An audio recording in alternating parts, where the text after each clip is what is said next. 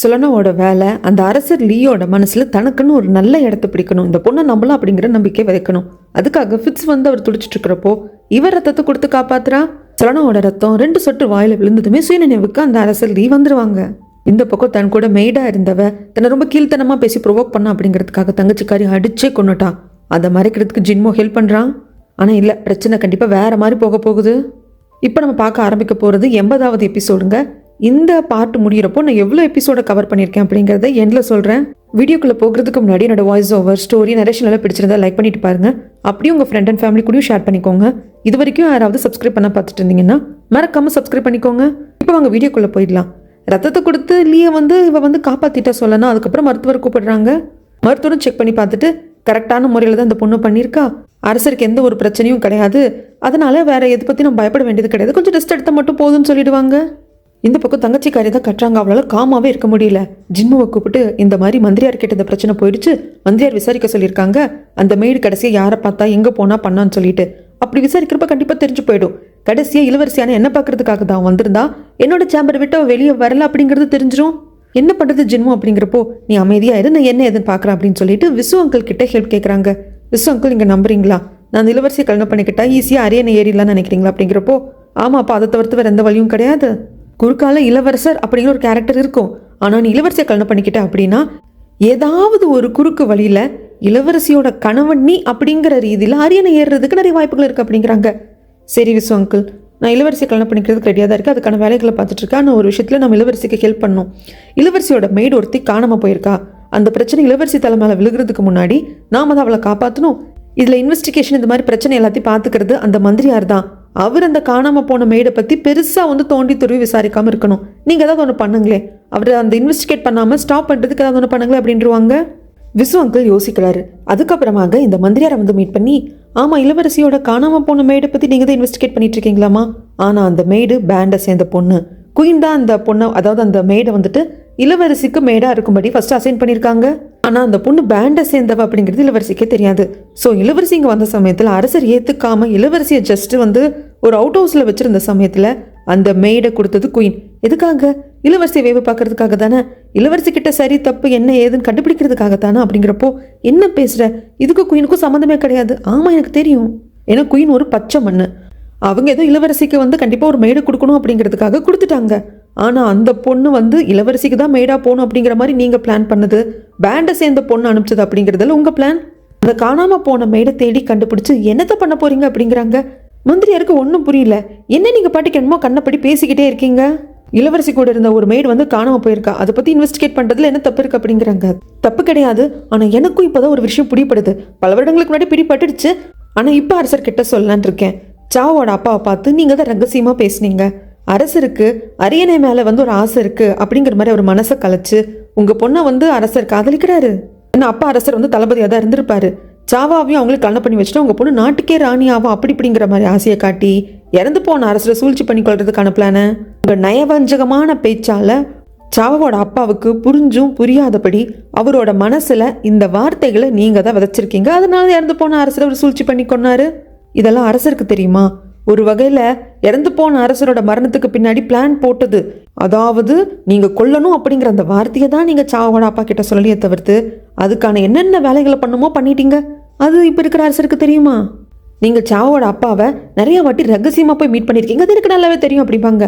மந்திரியாருக்கு கோவம் வந்துடும். சும்மா தேவையெல்லாம் பழி போடாதீங்க. இப்போ நீங்கள் சொல்கிறதுல அரசர்கிட்ட போய் சொன்னால் கூட ஆதாரம் இல்லாத விஷயத்த அவர் நம்புவார் நினச்சிட்டு இருக்கீங்களா, உங்களுக்கு தான் தண்டனை கிடைக்கும் அப்படிங்கிறப்போ கண்டிப்பாக. ஏன்னா அரசர் வந்து உங்களோட உயிர் நண்பன். அதனால தான் பல வருடங்களுக்கு முன்னாடி இதெல்லாம் தெரிஞ்சிருந்து என்னால் பேச முடியாமல் இருந்தது. ஆனால் இப்போ சூழ்நிலை வேற. இளவரசி உங்கள் மேலே ஒரு வாட்டி எதிரி நாட்டுக்கோட தளபதிக்கும் உங்களுக்கும் ஏதோ ஒரு கம்யூனிகேஷன் இருக்குது அப்படின்னப்போ அரசர் உங்களை ஜெயிலில் போட்டு விசாரிச்சாரு. இன்வெஸ்டிகேட் பண்ணி கிளியர் ஆனதுக்கப்புறம் தான் ரிலீஸே பண்ணாங்க. அதனால எனக்கு இப்போ நம்பிக்கை வந்திருக்கு. இப்போ நான் போய் இதை அரசர்கிட்ட சொன்னேன் அப்படின்னா எகேன் அதை பற்றி அரசர் விசாரிப்பார். அப்போ ஒன்று வெளிவர தானே போகுது அப்படிம்பாங்க. அப்படியே ஸ்தம்பிச்சு போய் நின்றுடுவார் மந்திரியாரு.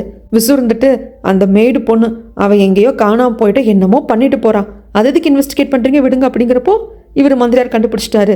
ஸோ அந்த பொண்ணுக்கு என்னமோ நடந்திருக்கு. இளவரசி இந்த விஷயத்தில் நீங்கள் ப்ரொடெக்ட் பண்ண பார்க்குறீங்க. அதுக்கான காரணம் என்ன? ஏன்னா நீங்கள் அந்த சாவோட குடும்பத்தை தான் எதிரியாக நினைக்கிறீங்க. ஏன்னா அவங்க தான் வந்துட்டு, அதாவது அந்த சாவோட அப்பா தான் வந்துட்டு இறந்து போன அரசர் கொன்னது. அப்படி இருக்கிறப்போ அந்த குடும்பத்தையும் நீங்கள் எதிரியாக நினைக்கிறீங்க. அப்போ இந்த இளவரசியும் உங்களோட எதிரி தானே, எதுக்கு அந்த பொண்ணை காப்பாற்ற பார்க்குறீங்க அப்படிங்கிறப்போ இல்லை மந்திரியாரே, தப்பாக புரிஞ்சுக்கிட்டீங்க. நான் ஃபஸ்ட்டு ஆரம்பத்தில் அந்த குடும்பத்தை எதிரியாக தான் நினச்சேன், இளவரசி வந்தவளும் எதிரியாக தான் நினச்சேன். ஆனால் பாவம் சாவோட அப்பா, என்ன நடக்குது ஏது நடக்குதுன்னு தெரியாமல் உங்களோட வார்த்தைகளால் பலியாடாக்கப்பட்டவர் அவர். அதுக்கான தண்டனையும் கிடைச்சிச்சு, அவர் இறந்தும் போயிட்டாரு, சாவும் படாத பாடு கஷ்டப்பட்டுட்டாங்க. ஆனால் இதுக்கெல்லாம் மாஸ்டர் மைண்டாக இருந்த உங்களுக்கு என்ன தண்டனை கிடைக்கலையே? நீங்கள் அந்த பிரின்சஸ் கூட இருந்த அந்த மேடு காணாமல் போனதை பற்றி இன்வெஸ்டிகேட் பண்ணீங்க. நான் இது அரசர்கிட்ட சொல்லுவேன் அப்படின்னு சொல்லிட்டு மிரட்டி விட்டு வந்துடுவாங்க. அவ்வளோதான், மந்திரியா இருக்குது, என்ன பண்ணுறது எது பண்ணுறதுன்னு தெரியல. இதுக்கு மேலே அந்த காணாமல் போன அந்த மேடை பற்றி இன்வெஸ்டிகேட் பண்ணக்கூடாது அப்படிங்கிற முடிவுக்கு வந்துடுறாங்க. அந்த மாஸ்டரையும் டாலிமையும் உடனே வந்து பார்த்து சொல்கிறாங்க. 2 பேரும் ஷாக் ஆகிடுறாங்க. அவசரமான மீட்டிங் பேசணும்னு சொன்னீங்க, இப்போ வந்துட்டு அந்த காணாமல் போன மேடை பற்றி நான் பார்த்துக்கிறேன், இப்பொழுதுக்கு இது பண்ணாதீங்கன்னு சொல்கிறீங்க, இதெல்லாம் சரி கிடையாது அப்படின்னு மாஸ்டர் வந்து பயங்கரமாக கொந்தளிப்பாங்க.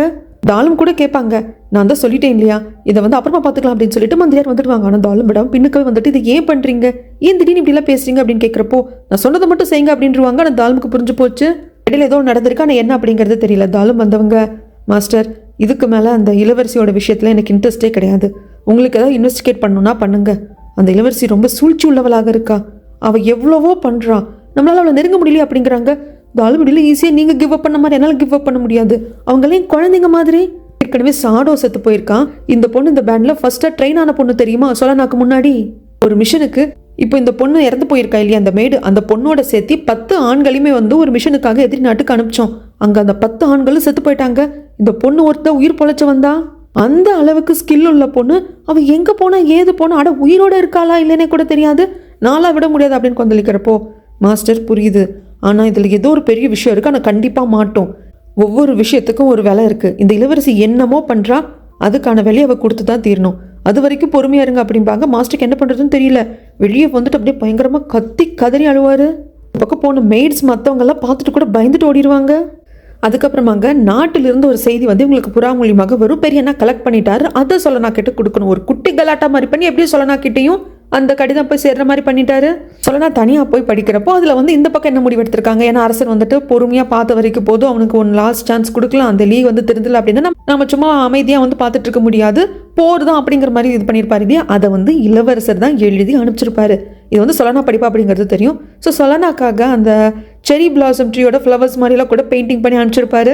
அது சொலனாக்கு புரியவும் செய்யுது. இளவரசர் ஞாபகம் வருது.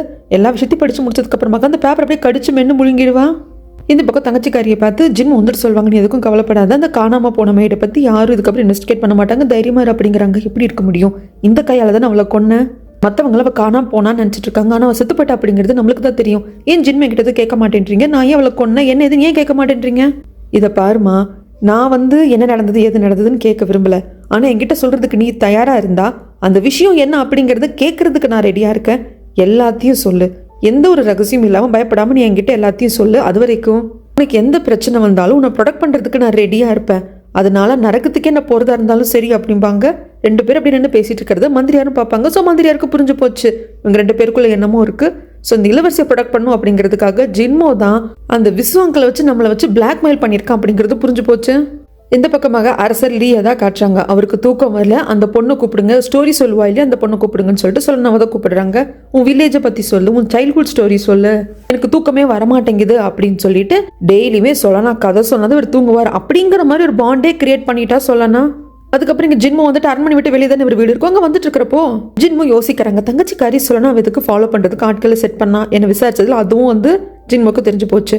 அது மட்டும் இல்லாமல் தன்னோட மேடை எதுக்கு இவ கொன்னா, இதெல்லாம் பின்னாடி இருக்கிற உண்மையை எப்போதான் சொல்லுவான்னு சொல்லி யோசிச்சு வந்துகிட்டே இருக்கிறப்போ வீட்டுக்கு முன்னாடி கோச்சன் உட்காந்துருப்பாரு. உள்ள கூப்பிட்டு சாப்பிட்றதுக்கெல்லாம் கொடுத்துட்டு என்ன ஏதுன்னு கேட்கறதுக்கு ஜின்முக்கு வந்து புரியுது, ஏன்னா லாஸ்ட் வாட்டி ஹண்டிங்க்கு போனப்போ நீங்கள் வின் பண்ணிட்டீங்க அப்படின்னு உங்களை பேலஸ் கூப்பிட்டு போலேன்னு சொல்லியிருப்பாங்க இல்லையா, அதுக்காக தான் கோச்சன் வந்திருக்காங்க அப்படிங்கிறது தெரியுது. ஆமாம், பேலஸை பார்க்குறதுக்கே நீங்கள் இவ்வளோ வந்து இன்ட்ரெஸ்ட் காட்டுறீங்க, அதுக்கு பின்னாடி என்ன காரணம் இருக்குது அப்படிங்கிறப்ப கோச்சனுக்கு என்ன வந்து எக்ஸ்பிளைன் பண்ணுறதுன்னு தெரியல. ஆனால் ஜின்மோவே புரிஞ்சுக்கிறாங்க, புரியுது, கோர்ட்டில் நிறைய கோர்ட் லேடிஸ் இருப்பாங்க, படிப்பெண்களை பார்க்கறதுக்காக தான் அப்படிங்கிறப்போ கோச்சனும் ஆமாம் அப்படிங்கிற மாதிரி சிரிச்சு மழுப்பிடுறாங்க. சாப்பிட்டு இவர் போய் படுத்து தூங்கிடுவார் ஜின்மோ. அரண்மனைக்குள்ளே போகிறதுக்கு கோச்சன் ஆசைப்படுறதுக்கு காரணம் என்ன, அரசரை கொள்றதுக்காகத்தானே, அது இவருக்கு மட்டும் தானே தெரியும், அதை பற்றி யோசிச்சு நைட் ஃபுல்லாக தூங்காமல் இருக்காரு. அதுக்கப்புறமாக அரசரை பார்க்கறதுக்காக இளவரசர் வருவாங்க. எப்படி எல்லாம் நல்லபடியாக போயிட்டுருக்கா அந்த அரசர் லீயோட நாட்டில் அப்படிங்கிறப்போ, ஆமாம் அரசர் எந்த ஒரு பிரச்சனையும் கிடையாது, நம்ம அனுப்பிச்ச ஸ்பை எல்லாம் ஸ்பை தான் அப்படிங்கிறத அந்த அரசர் லீ கண்டுபிடிக்க வெளில ஸ்மூத்தாக தான் போயிட்டுருக்கு அப்படிங்கிறாங்க. சரி அப்போது ஃபஸ்ட்டு அமைதி பேச்சுவார்த்தையை ஆரம்பிக்கலாம், நீ போய் பேசு, ஒரு டிமாண்ட் வை, அதுக்கு அந்த லீ அரசன் என்னென்னலாம் சொல்கிறான் அப்படிங்கிறத பாரு அப்படிங்கிறாங்க. வெளியே வந்து இளவரசருக்கு சந்தோஷம், பாடிகார்டு கேட்பாங்க, இளவரசரை சிரிக்கிறீங்க அப்படிங்கிறதுக்கு. ரெடியாகு, அரசர் லியோட நாட்டுக்கு போகணும் அப்படின்ட்டு ஏன் சிரிக்கிறாருன்னா அங்கே போன சொல்லணும் பார்க்கலாம் இல்லையா, அதுக்காக தான். இந்த பக்கம் கோச்சனை ஜின்மோ வந்து அரண்மனைக்குள்ளேயே கூப்பிட்டு வந்துட்டாங்க. காவலாளிகள் விடுறது கிடையாது. பட் இருந்தாலும் பர்சனலாக சொல்லிட்டு என்னோட கெஸ்ட் தான் நான் பார்த்துக்கிறேன்னு சொல்லி கூப்பிட்டு வராங்க. ஆனால் அரண்மனைக்குள்ளே வந்ததும் அங்கே இருக்கிற மெய்டெல்லாம் போகிறப்போ ஒரு மாதிரி பேண்டே கோச்சன் பார்க்குறாங்க. ஏன்னா ஜின்முக்கு சந்தேகம் வரக்கூடாது, நான் இங்கே இருக்கிற கோர்ட் லேடிஸ் தான் சைட் அடிக்க வந்திருக்கேங்கிற மாதிரி ஜின்மு நினச்சிக்கணும் அப்படிங்கிறதுக்காகவே இந்த லேடிஸில் ஒரு மாதிரி பார்க்குறாங்க. ஜின்மு இருந்துட்டு நான் தான் சொன்னேன்ல, இந்த மாதிரி பொண்ணுங்களை சைட் அடிக்கிறதுக்கு தான் பேலஸ்குள்ளே வரணும்னு நினச்சிருக்காங்க அப்படின்னு சொல்லிட்டு ஒவ்வொரு இடமா கூப்பிட்டு கொண்டே காட்டுவாங்க. நீ இந்த நாட்டோட இளவரசியை பார்க்கணும், கண்டிப்பாக கூப்பிட்டு போறா, எனக்கு நல்ல ஃப்ரெண்டு தான். அதுக்கு முன்னாடி ஒரு இடத்துக்கு நான் உன்னை வந்து கூப்பிட்டு போகணும் அப்படின்னு சொல்லிட்டு அந்த இறந்து போன அரசர்கள் இப்போ இருக்கிற அரசர்கள் வரைக்கும் இருக்கக்கூடிய அந்த ஓவியமெல்லாம் இருக்கும் இல்லையா, அங்கே தான் கூப்பிட்டு வராங்க. ஜின்முக்கு என்னன்னு தெரியல, கோச்சனை பிடிச்சி போச்சு. ஒரு அப்பா ஒரு பெரிய அண்ணா அந்த மாதிரி ஒரு ஃபீல் பாண்டிங் தான் வருது, சொல்லவும் செய்கிறாங்க. ஆக்சுவலாக இங்கே வந்து அரச குடும்பத்தை தவிர்த்து வேறு யாரும் வரக்கூடாது. ஆனால் கவலைப்படாத, நேரத்துக்கெல்லாம் யாரும் இங்கே வரமாட்டாங்க. இவர் தான் என்னோட அப்பா, இவர் தான் இறந்து போன அரசர் அப்படின்னு சொல்லிட்டு எல்லாத்தையும் ஜின்மு சொல்லுவாங்க. அந்த சமயத்தில் இப்போ அரசராக இருக்கிறவர் தான் தன்னோட குடும்பத்தை, சாவாவை எல்லாரையும் கொன்னது, தன் பொண்ணுங்களை கொன்னது அப்படின்னு சொல்லிட்டு கோச்சன் நினைக்கிறதுக்கான காரணம் என்ன அப்படிங்கிறது எல்லாத்தையும் கோச்சன் நினச்சி பார்க்குறாங்க. கோச்சனை பொறுத்த வரைக்கும் அந்த தாக்குதலை தப்பிச்சது நாம மட்டும்தான், நம்ம 2 பொண்ணுங்க சாவா எல்லாரும் இறந்து போயிட்டாங்க அப்படிங்கிற மாதிரி தான் நினைக்கிறாரு. ஆனால் அரசர் பண்ண வேண்டியதுக்கான காரணம் என்ன? ஏன்னா சாவா அரசர் காதலிச்சாரு, அதன் வகையில் தானே சொல்லனாவை பெத்தெடுத்தாங்க. அப்படி இருக்கிறப்போ தான் காதலிச்ச சாவாவே கொள்றதுக்கான காரணம் அரசர் வந்து அவரோட பாத்தை வந்து கிளீனாக வச்சுக்கணும் அப்படிங்கிறதுக்காக. ஏன்னா சாவோட அப்பாவை வச்சு ட்ரிக் பண்ணி இறந்து போன அரசரை இந்த இப்போ இருக்கிற அரசர் தான் வந்துட்டு இதை ட்ரிக் பண்ணி கொன்னுட்டான். ஒருவேளை சாவா உயிரோடு இருந்து, சாவாக்கு பிறந்த குழந்தைங்கள உயிரோடு இருந்து நாளை பின்ன இந்த அரசர் பண்ணியிருக்கிற வேலையில தெரிய வந்தது அப்படின்னா இவரோட அரியணைக்கு ஆபத்து வந்துடும் அப்படிங்கிறதுக்காக தான் சாவா உயிரோடு இருக்கா அப்படிங்கிறது கன்ஃபார்ம் ஆனதும், சாவா இருக்கிற இடம் தெரிஞ்சதும் அந்த மொத்த குடும்பத்தையே வந்து கொன்னுடணும் அப்படிங்கிறதுக்காக இந்த அரசன் பண்ணியிருக்கான் அப்படிங்கிற மாதிரி தான் கோச்சன் நினச்சிக்கிறாங்க. அதுக்கப்புறமாக இன்னும் பேலஸில் சுற்றி காட்டிகிட்டே இருக்கிறப்போ விஸ்வங்கள் பார்த்துருவாங்க. ஜின்மு இங்கே வா அப்படின்னு சொல்லி கூப்பிடுறப்போ, இருங்க நான் பேசிட்டு வந்துடுறேன் அப்படின்னு சொல்லிட்டு வந்த சமயத்தில் இதுதான் கேப் அப்படின்னு சொல்லிட்டு கோச்சன் அங்கேருந்து எஸ்கேப் ஆயிடுவார். எங்கே வரார் தேங்கள் எஸ்கேப் ஆகி இப்போ கொஞ்சம் நேரத்துக்கு முன்னாடி இங்கே இருக்கிற அரசர்களோட ஓவியங்கள்லாம் பார்த்துட்டு இருந்தாங்க இல்லையா, அந்த இடத்துக்கு தான். ஏன்னா பேசிட்டு இருந்தப்போ ஜின்மு சொல்லியிருப்பாங்க, பயப்படாதீங்க, இங்கே யாரும் இப்பொழுதுக்கு வரமாட்டாங்க, அரசர் மட்டும் டெய்லியும் இரவு 8 மணிக்கு இங்கே வந்து வழிபட்டுட்டு போவாங்க அப்படின்னு சொல்லிட்டு ஜின்மு சொல்லுவாங்க. இந்த இடத்த நல்லா பார்த்து வச்சுக்கிறாங்க. ஆனால் இங்கே விஸ்வங்கள் கிட்ட பேசிட்டு இருக்கிறப்போ எதுக்கடா யாரையோ எல்லாம் பேலஸ்குள்ளே கூப்பிட்டு வர அப்படின்னு சொல்லி பேசிட்டு இருந்திருப்பாங்க. ஒன்றும் பிரச்சனை இல்லை, இவர் நல்ல மனுஷன் தான் அப்படின்னு சொல்லி திரும்பி பார்த்தாங்க கோச்சனை காணோம். அவ்வளோதான், உடனே தேட ஆரம்பிச்சிடுறாங்க. பாடிகார்டு கிட்ட சொல்கிறாங்க, உடனே அந்த ஆளை தேடி கண்டுபிடி, ஏன்னா அந்த ஆள் இந்த அரண்மனையோடக்குள்ளே வந்து ஸ்டாஃபாகவும் ஒர்க் பண்ணலை, நான் தான் பர்சனலாக கூப்பிட்டு வந்திருக்கேன், அவனுக்கு ஏதாவது ஒரு பிரச்சனை நடந்தாலும் அவன் தான் பிரச்சனை பண்ணாலும் நாம தான் மாட்டோம் அப்படின்னு சொல்லிட்டு ஆளுக்கு ஒரு பக்கம் தேடுறாங்க. ஆனால் கோச்சனுக்கு இன்னைக்கு பிரச்சனை பண்ணுற மைண்டெல்லாம் கிடையாது. ஸோ அவரே ஜின்மு பார்த்துட்டு வந்துடுவாங்க. ஜின்மு எங்கே போனேன் ஏது போனேன் அப்படின்னு கேட்கறதுக்கு பாத்ரூம் வந்துச்சு போனா அப்படிங்கிற மாதிரி சொல்லி சமாளிச்சிருவாங்க. ஜின்முக்கும் சந்தேகம் வர்றதில்ல. அரண்மனையில் சுற்றி பார்த்ததுக்கு அப்புறமாக கோச்சன் வெளியே வருவாங்களா, துணி கடையில் ஒரு துணியை பார்ப்பாரு. அந்த குட்டி பையனுக்கு வாங்கி கொடுக்கணும்னு தோணுது, எதுவும் வாங்கி கொடுத்தது இல்லை அப்படின்னு சொல்லிட்டு வாங்கி கொண்டு போய் கொடுக்குறாங்க. அந்த பையனுக்கு பயங்கர சந்தோஷம். எனக்கு புது துணியில் யாரும் வாங்கி கொடுத்ததே இல்லைன்னு சொல்லிட்டு போட்டுக்கிறான். வெளியே போகலாம் வான்னு கோச்சன் கூப்பிட்டு வருவாங்க. ஏதோ கடைக்கு தான் கூப்பிட்டு போகிறாங்க அப்படின்ட்டு அந்த பையன் வந்துடுவான். ஆனால் இல்லை, ஒரு ஃபேமிலி கிட்ட கூட இந்த பையனை பார்த்துக்கும்படி தத்து கொடுக்குற மாதிரி கொடுத்துடுவாரு. அந்த பையன் போகமாட்டா அப்படின்னு சொல்லிட்டு அடம்பிடிப்பான். இந்த பையனுக்கான செலவு நிறைய காசுல கொடுத்துட்டு தான் வருவாரு. ஏன்னா அரசரை கொண்டதுக்கு அப்புறமாக கோச்சனோட கதி என்னங்கிறது கோச்சனுக்கே தெரியாது. ஸோ இந்த பையனை யாராவது பார்த்துக்கணும் இல்லையா, ஸோ அதுக்காக ஏற்பாடு பண்ணியிருப்பாங்க. ஆனால் அந்த பையன் பயங்கரமாக அழுவான். ஆனால் வேற வழியில் இந்த பையன் பாதுகாப்பாக இருப்பான் அப்படின்னு சொல்லிட்டு தான் விட்டுட்டு கோச்சன் வருவாங்க. அதுக்கப்புறமாக அரண்மனைக்கு கோச்சன் வருவாங்க. வெளியவே ஜின்மோட பாடிகார்டு வெயிட் பண்ணிட்டு இருப்பாங்க. இந்த மாதிரி ஜின்மு சார் வெயிட் பண்ணிட்டு இருக்காங்க, வாங்க அப்படின்னு கூப்பிட்டு போவாங்க. உள்ள இளவரசி கிட்ட ஜின்மு, இந்த பாரு, நீ ரொம்ப பயப்படாத, ஒரு நல்ல பர்சனை உனக்கான சர்வெண்ட்டாக நான் வந்து அப்பாயிண்ட் பண்ணுறேன், உனக்கு பர்சனலான பாடி கார்டாக இருப்பாங்க, கவலைப்படாத, உன்னோட சீக்ரெட் எதுவும் வெளியே போகாது, ஏன்னா அவருக்கு காதும் கேட்காது வாய் பேசவும் வராது, அவர் வகையில் உன் சீக்ரெட் போயிடுமோ அப்படிங்கிற மாதிரி உனக்கு எந்த ஒரு பயமும் வேண்டாம் அப்படின்னு சொல்லிட்டு சொல்கிறாங்க. யாரை பற்றி பேசிட்டு இருக்காங்க? ஜின்மு கோச்சனை பற்றி. ஆனால் அப்பாவை பற்றி தான் பேசுகிறாங்க அப்படிங்கிறது தங்கச்சிக்காரிக்கு தெரியல. இளவரசியோட சேம்பருக்கு முன்னாடி பாடிகார்டு கோச்சனை கூப்பிட்டு வந்துட்டாங்க. ஜின்முவோட பாடிகார்டு இருந்துட்டு, கோச்சன் நீங்கள் இங்கே வெயிட் பண்ணுங்க, நீங்கள் வந்திருக்கீங்க அப்படிங்கிற தகவலை உள்ளே போயிட்டு நான் ஜின்மு கிட்ட சொல்கிறேன், இதுதான் இளவரசியோட சேம்பர், உள்ளதாக இருக்காரு, நான் போய் சொல்லிட்டு வரேன் அப்படின்னு சொல்லிட்டு உள்ளே வருவாங்க. இந்த பக்கம் டெய்லியும் நைட்டு 8 மணிக்கு தானே அரசர் இங்கே வந்துட்டு எல்லா இறந்து போன அரசர்களுக்கும் மரியாதை செலுத்துவார் அப்படின்னு வந்துட்டு ஏற்கனவே ஜின்மு சொல்லியிருப்பாங்க இல்லையா. ஸோ அதே மாதிரி 8 மணிக்கு அரசர், ராணி, இளவரசர் எல்லாரும் வந்திருக்காங்க. ஆனால் இளவரசி இல்லை.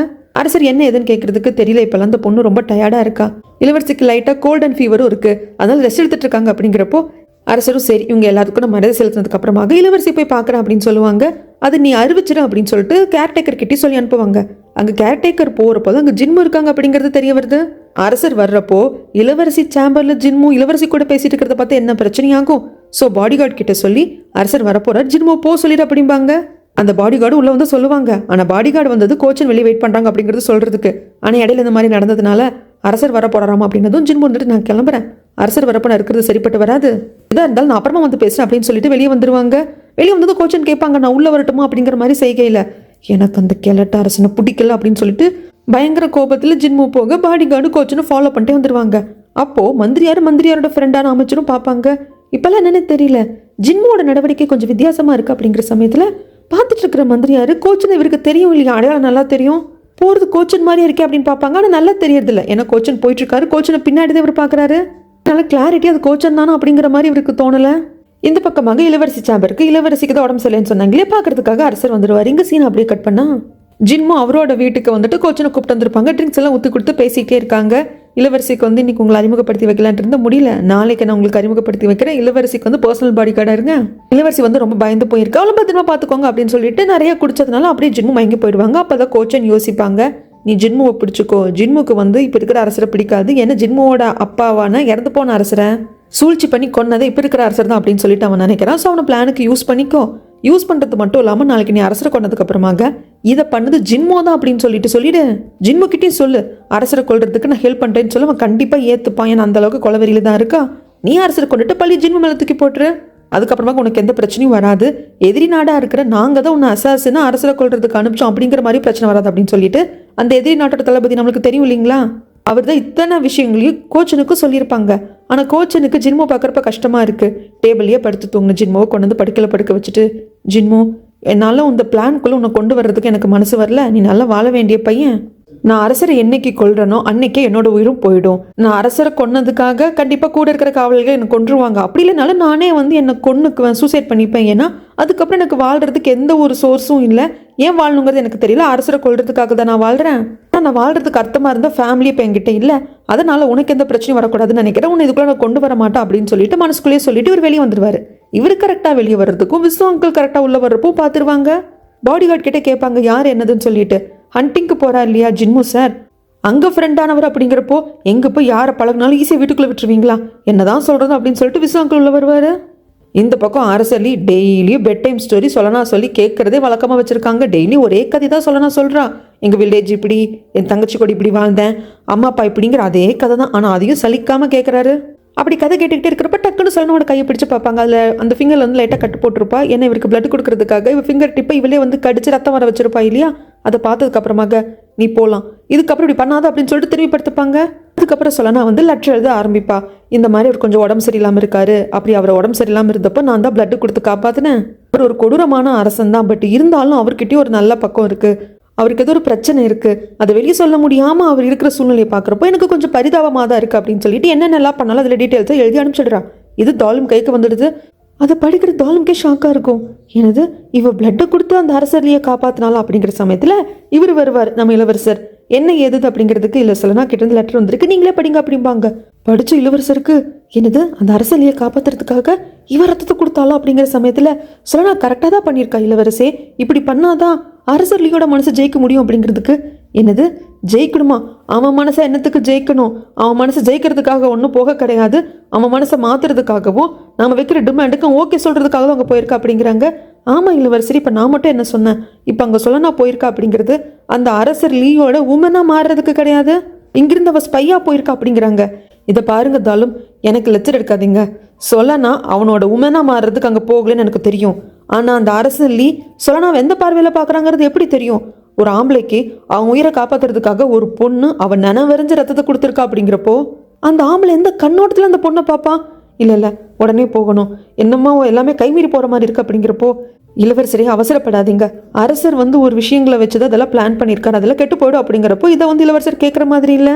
இவரோட சேம்பருக்கு வந்து உடனே மந்திரியாரை கூப்பிட்டு ஆக்சுவலாக ஏற்கனவே அரசர் லீயோட நாட்டுக்கு இவங்க கிளம்புறதா பிளானாக இருக்கும், ஏன்னா அரசர் சொல்லியிருந்தாரு இல்லையா, அவனுக்கு லாஸ்ட் சான்ஸ் கொடுக்கணும், அதுக்கப்புறமாக அமைதி பேச்சுவார்த்தை நடத்திப்பாங்க, இல்லைன்னா வாருக்கு போகலான்னு சொல்லிட்டு இளவரசரையும் சொல்லியிருப்பாங்க. இளவரசர் சந்தோஷமா இருந்திருப்பாரு, நம்ம சொல்லணும் பார்க்க போகிறோம் அப்படின்னு சொல்லிட்டு. பட் அந்த பிளான் வந்து இருந்திருக்கும், கிளம்பலாம் அப்படிங்கிற பிளான் நடந்துட்டு இருக்கு, ஆனால் அது உடனே பண்ணணும், சீக்கிரம் கிளம்பணும் அப்படிம்பாங்க. மந்திரியாரு சீக்கிரம் கிளம்பணும், பிளான் பண்ணதை விட சீக்கிரம் கிளம்பணும்னா எத்தனை நாள் இளவரசரே அப்படின்னு சொல்லி கேட்குறப்போ நாளைக்கே கிளம்பணும் அப்படின்னு சொல்லுவாங்க. மந்திரியாருக்கே ஷாக்கிங்காக இருக்கும்.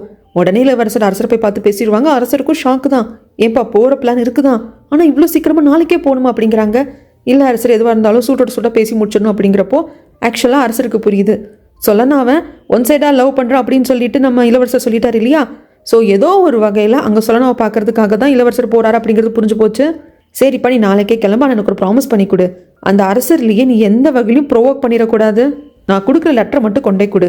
இதில் என்ன விஷயம் இருக்குது ஏதுங்கிறத அவன் படித்து பார்த்துட்டு அவன் என்ன முடிவு எடுக்கிறான் அப்படிங்கிறத பொறுத்து நீ எந்த முடிவு எடுத்தாலும் சரி, அந்த ஜட்ஜ்மெண்ட் எடுக்கிற முடிவை நான் உங்ககிட்ட அந்த பொறுப்பை கொடுக்குறேன். ஏன்னா நீ நல்லா பக்குவமான பையன், நல்லா விசாரிச்சு தான் பார்ப்பேன். ஆனால் பர்சனல் ஃபீலிங்ஸுக்கு இடம் கொடுத்துடாத, தேவையில்லாமல் அந்த அரசர்லேயே ப்ரொவோக் பண்ணிடாதுன்னு சொல்லுவாங்க. நம்ம இளவரசரும் கண்டிப்பாக அரசரே, நான் வந்து அரசர்லேயே எவ்வகையிலையும் ப்ரொவோக் பண்ண மாட்டேன் அப்படின்னு சொல்லிட்டு சொல்லிடுவாங்க. இந்த பக்கமாக ஃபைல்ஸ் எல்லாம் பார்த்துட்டே இருப்பான் அரசர்லி. அவன் வந்து ரொம்ப சோம்பேறித்தனமாக இருப்பான். சரியாக வந்து ஆட்சியே நடத்த மாட்டான். 2 ஃபைல்ஸை பார்த்ததும் என்ன தூக்கம் வருது அப்படின்னு சொல்லிட்டு தூங்க ஆரம்பிச்சிருவான். அந்த இடத்த எல்லாத்தையும் ஒழுங்குபடுத்தி வைக்கிற சமயத்தில் என்னென்னு தெரியல, இந்த அரசர்லையும் நம்ம சொல்லனாவை பார்த்து, உன்னை பார்க்குறப்போ எனக்கு சுவாவை பார்க்குற மாதிரி இருக்குது, உனக்குள்ள நான் சுவாவை பார்க்குறேன் அப்படின்னு சொல்லிடுவார். அதுக்கப்புறம் ஒரு பாட்டுக்கு பார்த்து தூங்கிடுவார். இது மாட்டுக்குள்ளே சொல்லலாம் ஓடிக்கிட்டே இருக்குது. அரசர் நல்லா தூங்கினதுக்கு அப்புறமாக வெளியே வந்து மந்திரியார்கிட்ட கேட்பாங்க, சுவா அப்படிங்கிறவங்க யார் அப்படின்னு சொல்லிட்டு. அரசர், உன்னை பார்த்து சுவான்னு சொன்னாரா? ஆமாம், உன்னை பார்க்குறப்போ சுவாவை பார்க்குற மாதிரி இருக்குது, உனக்குள்ளே சுவாவை பார்க்குறேன்னு சொன்னார். ப்ளீஸ் அவங்க யார் என்னங்கிறத சொல்லுங்கள், அதை வச்சு இந்த அரசர் லீயோட மனசை மாற்ற முடியுமான்னு பார்க்கலாம் அப்படிங்கிறப்போ, சுவா அப்படிங்கிறவங்க அரசர் லீயோட இறந்து போன சிஸ்டர். அவங்க பேரையும் இவர் எடுக்க மாட்டார். யார் சுவா அவங்களோட பேர் எடுத்தாலும் இவருக்கு பயங்கரமாக கோவம் வரும். ஆனால் உன்னை பார்த்து சுவா மாதிரி இருக்கு, உனக்குள்ளே சுவாவை பார்க்குறேன்னு சொல்லியிருக்காருன்னா அதுக்கு அர்த்தம் புரியல அப்படின்னு சொல்லிட்டு இவர் யோசிக்கிறாரு. அதுக்கப்புறமாக சொல்லனா, இந்த அரசர்லி என்னை பார்த்து சுவா அப்படின்னு சொன்னாங்க. சுவா அப்படிங்கிறது அரசர்லியோட இறந்து போன தங்கச்சியாமா, அது என்ன ஏது என்ன பிரச்சனை அப்படிங்கிறது கொஞ்சம் விசாரிங்க, நிறைய டீட்டெயில்ஸ் கலெக்ட் பண்ணுங்க அப்படின்னு சொல்லிட்டு பெரிய என்ன சின்ன கிட்ட சொல்லிடுவாங்க. இந்த பக்கம் நம்ம இளவரசர் கிளம்பிட்டாரு. அந்த சமயத்தில் எல்லாருக்கிட்டையும் போயிட்டு வரேன்னு சொல்ற மாதிரி விசு அங்கிள் கிட்டே சொல்லுவாங்க. ஆனால் விசு அங்கிளோட மனசுல, போப்பா இளவரசர் என்ன திரும்பி வராது அப்படிங்கிற மாதிரி தான் மனசுக்குள்ள சொல்லிப்பாரு. அப்படி வர்ற சமயத்தில் நிறைய பேர் பேக் கேட்டை வந்து யூஸ் பண்ணிட்டு நம்ம எடுத்துட்டு போயிட்டு இருப்பாங்க. என்ன ஏதுன்னு சொல்லி கேட்க, மந்திரியார் இருந்துட்டு கழிவுகள் எடுத்துட்டு போறாங்க, அதுக்கு எப்பவுமே பேக் கேட் தான் யூஸ் பண்ணுவாங்க இளவரசரே அப்படின்னு சொல்லிடுவாங்க. ஆனால் அப்படி கழிவுகள் எடுத்துட்டு போற வண்டியில தான் ஒளிஞ்சு கோச்சன் உள்ள வந்துட்டாரு. இந்த அரசர் லீயோட இறந்து போன சிஸ்டர் சுவாவை பற்றி இந்த பெரிய என்னாச்சுன்னா அங்கே இருக்கிறவங்க கிட்ட அப்படியே ஃப்ரெண்டு பிடிச்சி விசாரிக்க ஆரம்பிக்கிறாங்க. அந்த தகவல் எல்லாத்தையும் சொல்லனாக்கு எப்படியே கடிதங்கள் மூலமாக அனுப்புகிறாங்க. அதை எடுத்து படிக்கிற சொல்லனாக்கு நிறைய விஷயங்கள் தெரிய வருது. இந்த அரசர் லீயோட தங்கச்சி வந்துட்டு தூக்கு மாட்டி இறந்து போயிட்டாங்க. அதுக்கு ஒரு காரணம் இருக்குது. அந்த காரணம் என்ன அப்படிங்கிறது இவங்க யாருக்குமே தெரியலையா, எதுக்கு தூக்கு மாட்டி இறந்து போனாங்க அப்படிங்கிறதும் தெரியலையா. ஆனால் அந்த சுவா அப்படிங்கிறவங்க ரொம்ப சூப்பராக பாடுவாங்களாமா, நல்லா டான்ஸ் ஆடுவாங்களாமா அப்படின்னு சொல்லிட்டு சொல்கிறாங்க. இப்போ கோச்சன் அரண்மனைக்குள்ளே இருக்காங்க. ஒரு காவலாளி அடித்து சிறைக்குள்ளே கட்டி போட்டுட்டு அந்த காவலாளி உடைய போட்டுக்கிட்டு அங்கே நின்றுக்கிறாரு. ஏற்கனவே ஜின்மு சொல்லியிருப்பாங்க இல்லையா, அரசர் டெய்லியும் 8 மணிக்கு இந்த இடத்துக்கு வருவாங்க, இறந்து போன அரசரோட அந்த ஓவியங்கள் இருக்கிற இடத்துக்கு வந்துட்டு சாமி கும்பிட்டு போவாங்கன்னு சொல்லிட்டு. அதே மாதிரி ராணி வந்திருக்காங்க, அரசர் வந்திருக்காங்க. இந்த வாட்டி இளவரசியான தங்கச்சிக்காரி வந்திருக்கா. இளவரசர் மட்டும் இருக்க மாட்டாங்க, ஏன்னா அவர் லீயோட நாட்டுக்கு பயணப்பட்டு போயிட்டு இருக்காரு இல்லையா. அந்த சமயத்தில் இவ்வளோ சாமி கும்பிடுவா. அப்போது தங்கச்சிக்காரி கழுகழுகியாக வரும், என் கையால் நான் இது வரைக்கும் 2 உயிரை எடுத்திருக்கேன், ஒருவேளை அது என் பிளட்லேயே இருக்கோ, நான் பிறப்பாலேயே வந்து ஒரு கொலகாரியா, என்ன எதுன்னு தெரியலையே அப்படின்னு சொல்லிட்டு அதுக்கு விட கொடுங்க இறைவா அப்படின்னு சொல்லிட்டு அழுவாளா. இதை பார்த்துட்டு அரசரும் ராணி வந்து ரொம்ப ஷாக் ஆகிடுவாங்க. ஏமா இப்படி அலற, என்ன காரணம் அப்படின்னு கேட்பாங்க. அதெல்லாம் ஒன்றும் இல்லை, இறந்து போன அரசர்களை கும்பிடுறப்போ சம்டைம்ஸ் எமோஷன் ஆகிடுவா அப்படின்னு சொல்லிட்டு எப்படியோ மழுப்பிடுறா. அதுக்கப்புறமாக சாமியெல்லாம் கும்பிட்டாச்சில் வாங்க போகலாம் அப்படின்னு சொல்லிட்டு வர்றப்போ, நிலவு பார் அழகாக இருக்குது அப்படின்னு சொல்லிட்டு அரசர் அங்கே நிற்க வச்சுட்டு ராணிக்கு இளவரசிக்கெல்லாம் காட்டிட்டு இருப்பாங்க. அங்கே கீழே தான் வந்து கோச்சன் வந்து வெயிட் பண்ணிட்டு இருப்பாங்க. நான் ஒன்று சும்மா விட மாட்டேன், எனக்கு உயிரா உலகமாக இருந்த சாவாவை சொல்லனா சொல்கியை சாகடிச்சவனி ஒன்று நான் உயிரோடு விட மாட்டேன். நான் பயங்கரமாக அடிபட்டு மருத்துவமனைக்கு முன்னாடி கொலாப்ஸ் ஆகி விழுந்தப்போ மருத்துவர்கள் எனக்கு வைத்தியம் பார்த்துட்டு நான் நினைவு வந்ததுக்கு அப்புறமாக என்கிட்ட கேட்டாங்க, உனக்கு இவ்வளோ அடிபட்டிருக்கு, இவ்வளோ ரத்தம் போயிருக்கு, நீ எப்படி உயிரோடு இருக்கேனே தெரியல என்னை பார்த்து கேட்டாங்க. ஆனால் நான் ஏன் உயிரோடு இருக்கேன் அப்படிங்கிறது எனக்கு தெரியும். ஏன்னா உன்னை கொல்றதுக்காக, சாவாக்காக, சொலனாக்காக, சோல்கிக்காக உன்னை கொன்னாதான் ஆத்ம சாந்தி அடையும். அதுக்கப்புறமாக தான் நான் நிம்மதியாக கண்ணை மூடுவேன். இறந்து போன என் மனைவியான சாவாவையும் என் குழந்தைங்களான சொலனாவையும் சோல்கியும் போய் நான் சொர்க்கத்தில் மீட் பண்ண போகிறேன் அப்படின்னு சொல்லிட்டு கத்தி எடுத்து குத்தலான்னு வந்துட்டு இருப்பாரு. அப்போ தான் என்னை இது வரைக்கும் வந்து ராணிக்கு பின்னாடி தான் தங்கச்சிக்காரி நின்றுட்டு இருப்பா. அதனால வந்து கோச்சனுக்கு தெரியல. அரசர் இருந்துட்டு, இளவரசி இங்கே வாமா பாரு, நிலா எவ்வளோ அழகாக இருக்கு அப்படின்னு கூப்பிடுறப்ப தான் அங்கே இளவரசியாக இருக்கிறது தன்னோட பொண்ணான சோல்கி அப்படிங்கிறத கோச்சன் பார்த்து ஸ்டன்னாகி நிற்பாரு. கோச்சனுக்கு பயங்கர ஷாக்கு. செத்து போயிட்டதாக நினச்ச சோல்கி உயிரோடு இருக்கா, அதுவும் இளவரசியாக இருக்கா, ஒன்றும் புரியலையடா அப்படின்னு சொல்லிட்டு அன்னைக்கு அரசரை கொல்லாமல் அதை போஸ்ட்பான் பண்ணிடுறாரு. வந்து ஒளிஞ்சுக்கிறாரு. இளவரசியை பார்க்கறதுக்காக ஜின்மு வந்திருப்பாங்க. அப்போது வந்து வெயிட் பண்ணிட்டு இருப்பாங்க. ஏன்னா அங்கே அரசர்களோட அந்த ஓவியம் இருக்கிற இடத்துக்கு தானே அரசர் கூட அந்த தங்கச்சிக்காரி போயிருப்பா. ஸோ சேம்பரில் வெயிட் பண்ணிட்டு இருக்காங்க. அப்போ பாடி கார்டு கிட்டே கேட்பாங்க, ஆமாம் என்னோட ஹண்டிங் ஃப்ரெண்டு அதுக்கப்புறம் வரவே இல்லையா அப்படின்னதுக்கு, இன்னும் சொல்லலை ஜின்மு சார் அப்படிம்பாங்க. அப்போ கரெக்டாக இந்த தங்கச்சிக்காரி வந்துடுவா. என்ன ஜின்மு, எனக்கு ஏதோ பர்சனல் பாடி கார்டை வந்து அசைன் பண்ணுறேன்னு சொன்னீங்க, அவர் எனக்கு அறிமுகப்படுத்தி வைக்கிறேன்னு சொன்னீங்க, என்ன எதுன்னு கேட்குறதுக்கு தெரியல, ஏதோ வேறு ஏதோ வேலை வந்துருச்சுன்னு போயிட்டார் போல இருக்கு அப்படிங்கிறாங்க. இதை பாரு ஜின்மு, எனக்கு ரொம்ப விசுவாசமாக இருந்தவ தான் இந்த மெய்டு. அவள் எனக்கு வந்து அவ்வளோ நம்பிக்கையாக இருந்தால் நான் அவளை கூட பிறந்தவ மாதிரி தான் பார்த்தா. கடைசியில் அவளே எனக்கு துரோகம் பண்ணிட்டா. அவளே என்னை பயங்கரமாக ப்ரொவோக் பண்ணிட்டான். அப்படி இருக்கிறப்ப நான் யார் தான் நம்புறது அப்படிங்கிறாங்க. இல்லை நீ அப்படி பொத்தம்போதும் எல்லாரும் சொல்லிடக்கூடாது, இவர் ரொம்ப நல்லவர் தான், எந்த ஒரு பிரச்சனை இல்லைன்னு சொல்லிக்கிட்டே இருப்பாங்க. சரி ஜின்மு, என்னை இந்த அளவுக்கு பாதுகாக்கிற, இந்த அளவுக்கு எனக்காக எல்லாம் பண்ணுற, இதுக்கு பதிலாக நீ என்கிட்ட இருந்து என்னதான் எதிர்பார்க்குற, என்னால் என்னதான் பண்ண முடியும் அப்படிங்கிறப்போ, இதை பாருங்க இளவரசி, நான் பதிலாக உங்ககிட்ட இருந்து எதிர்பார்க்கறது உங்கள் மனசை, உங்கள் காதலேன்னு சொல்லிடுவான். இது கொஞ்சம் தங்கச்சிக்காரிக்கு ஷாக் தான். எதுவும் சொல்லாமல் எழுந்து போய் அவங்க ஃபேமிலி பெயிண்டிங் இருக்குங்களே அதை பார்த்துட்டு நிற்கிறப்ப அப்படியே தடுமாறி போவா. அந்த சமயத்தில் பின்னாடி வந்து விழாமல் ஜின்மு அப்படியே கட்டி பிடிச்சிப்பான். தங்கச்சிக்காரிக்கு என்ன பண்ணுறதுன்னு தெரியல, விலைக்கு போகிறதா இல்லை இதை அக்செப்ட் பண்ணிக்கிறது அப்படிங்கிறது தெரியல. அப்போ தான் ஜின்மு சொல்வான், இதை பாருங்க இளவரசி, இந்த அரண்மனையில் நாம் 2 பேருமே தனித்து விடப்பட்டவங்க, அதனால ஒருத்தருக்கு ஒருத்தர் உறுதுணையாக இருக்கணும். என்னை அலோவ் பண்ணுங்க, உங்களை நான் காப்பாற்றுறேன், நான் ப்ரொடெக்ட் பண்ணுறேன் அப்படிங்கிறப்போ இப்போவும் உங்களுக்கு சந்தேகம் தான் இருக்குது தங்கச்சிக்காரிக்கு. ஆக்சுவலாக ஜின்மு இவளுக்கு பிடிக்கும் தான், பட் இருந்தாலும் இந்த வகையில் இவனை நம்பலாமா இல்லை இவன் நம்மளை யூஸ் பண்ணிக்கிறானா அப்படின்னு ஒன்றும் புரியலை. அதனால எந்த பதிலும் சொல்லாமல் அமைதியாக இருக்கா. அதுக்கப்புறமாக விசு அங்கிளை பார்க்கறதுக்காக வீட்டுக்கு வந்து ஜின்மு வந்து கேட்குறான். அப்போது அந்த மந்திரியார் வந்துட்டு அந்த காணாமல் போன மேடை பற்றி இந்த இன்வெஸ்டிகேட் பண்ண மாட்டார்ல அப்படிங்கிறதுக்கு, பண்ண மாட்டார் ஜின்மு அப்படிங்கிறாங்க. சரி இளவரசிக்கிட்ட நீ க்ளோஸ் ஆகிட்டே அப்படிங்கிறப்போ, விசு அங்கிள் கொஞ்சம் க்ளோஸ் ஆகிட்டேன், கண்டிப்பாக இளவரசி நான் நம்புறா, இளவரசியை நான் வந்து கண்டிப்பாக சீக்கிரம் கல்யாணம் பண்ணிப்பேன், ஆனால் அவளை கல்யாணம் பண்ணிக்கிட்டா கூட ஈஸியாக நான் அரியணை ஏற முடியுமா அப்படிங்கிறது எனக்கு தெரியல, ஏன்னா இடையில வந்து இளவரசர்னு ஒருத்தர் இருக்காரே. அப்படி இருக்கிறப்போ நான் ஈஸியாக அரியணை ஏறுறதுக்கு, அதாவது இளவரசியை கல்யாணமே பண்ணிக்கிட்டாலும் அந்த அரியணை எனக்கு சொந்தமாக்குறதுக்கு ஒரு வழியை சொல்லுங்க அப்படிங்கிறாங்க. ஒரு வழி இருக்குது, இளவரசனை வந்து கெட்ட பேர் எடுக்க வைக்கணும். மக்களுக்கு வந்து இளவரசனை ரொம்ப ரொம்ப பிடிக்கும், இளவரசரை வந்து அவ்வளோ மதிப்பாங்க. அரசருக்கு அப்புறமா மக்கள்கிட்ட போயிட்டு அடுத்த அரசரை யார் வரும்னு கேட்டால் கண்ணை மூடிட்டு இளவரசனை தான் சொல்லுவாங்க. ஆனால் மக்கள் மத்தியில் அவனுக்கு கெட்ட பேர் ஏற்படுத்தணும், நீ நல்ல பேர் எடுக்கணும். மக்கள்கிட்ட அடுத்த அரசரை யார் வரணும்னு கேட்டால் இறந்து போன அரசரோட பையனான ஜின்மு தான் வரணும் அப்படின்னு அவங்கள சொல்கிற மாதிரி வைக்கணும் அப்படின்னு சொல்லிடுவாங்க. அதுக்கப்புறமாக இந்த விசு அங்கிள் ஏதோ ஒரு சதி திட்டத்தை இன்னொருத்தர் கூட சேர்ந்து இதை பேசிகிட்டு இருப்பாங்க. அது லைப்ரரியில் அந்த இடத்துல ஃப்ளவர் வேஸ் இங்கே வைங்க அங்கே வைங்கன்னு சொல்கிறதுக்காக தாலும் சில மெய்டோட வரப்போ இதை பார்த்துருவாங்க. உடனே அவங்க பேசுறது நிறுத்திப்பாங்க. தாலுமுக்கு சந்தேகம் வந்துருச்சு, இதுக்கு தேவையில்லாமல் இங்கே ரகசியமாக குசு குசுன்னு பேசுகிறாங்க அப்படின்னு சொல்லிட்டு சந்தேகம் வருது. இந்த பக்கமாக அரசர் லியே தான் காட்டுறாங்க. எப்போவுமே அவருக்கு தூங்குறதுல பிரச்சனை இருக்குது. ஒன்றா கதை சொல்லி கேட்பாரு, இல்லைன்னா ஏதாவது ஒன்று பண்ணிகிட்டு இருப்பார் இல்லையா. இந்த வாட்டி சொல்லனாமே உரிமை எடுத்துக்கிறா. அரசரே உங்களுக்கு தூக்கம் வரலன்னா நானே தங்கச்சி சின்ன வயசில் ஒரு கேம் விளையாடுவோம், அதை நம்ம விளையாடலாமான்னு கேட்குறோம். மற்ற மேடெல்லாம் அப்படியே ஒரு மாதிரி தான் சொல்லனாவை பார்ப்பாங்க. ஆனால் அரசருக்கு சொல்லனாவை பிடிச்சிருக்கு, தங்க மாதிரி பார்க்குறாரு இல்லையா.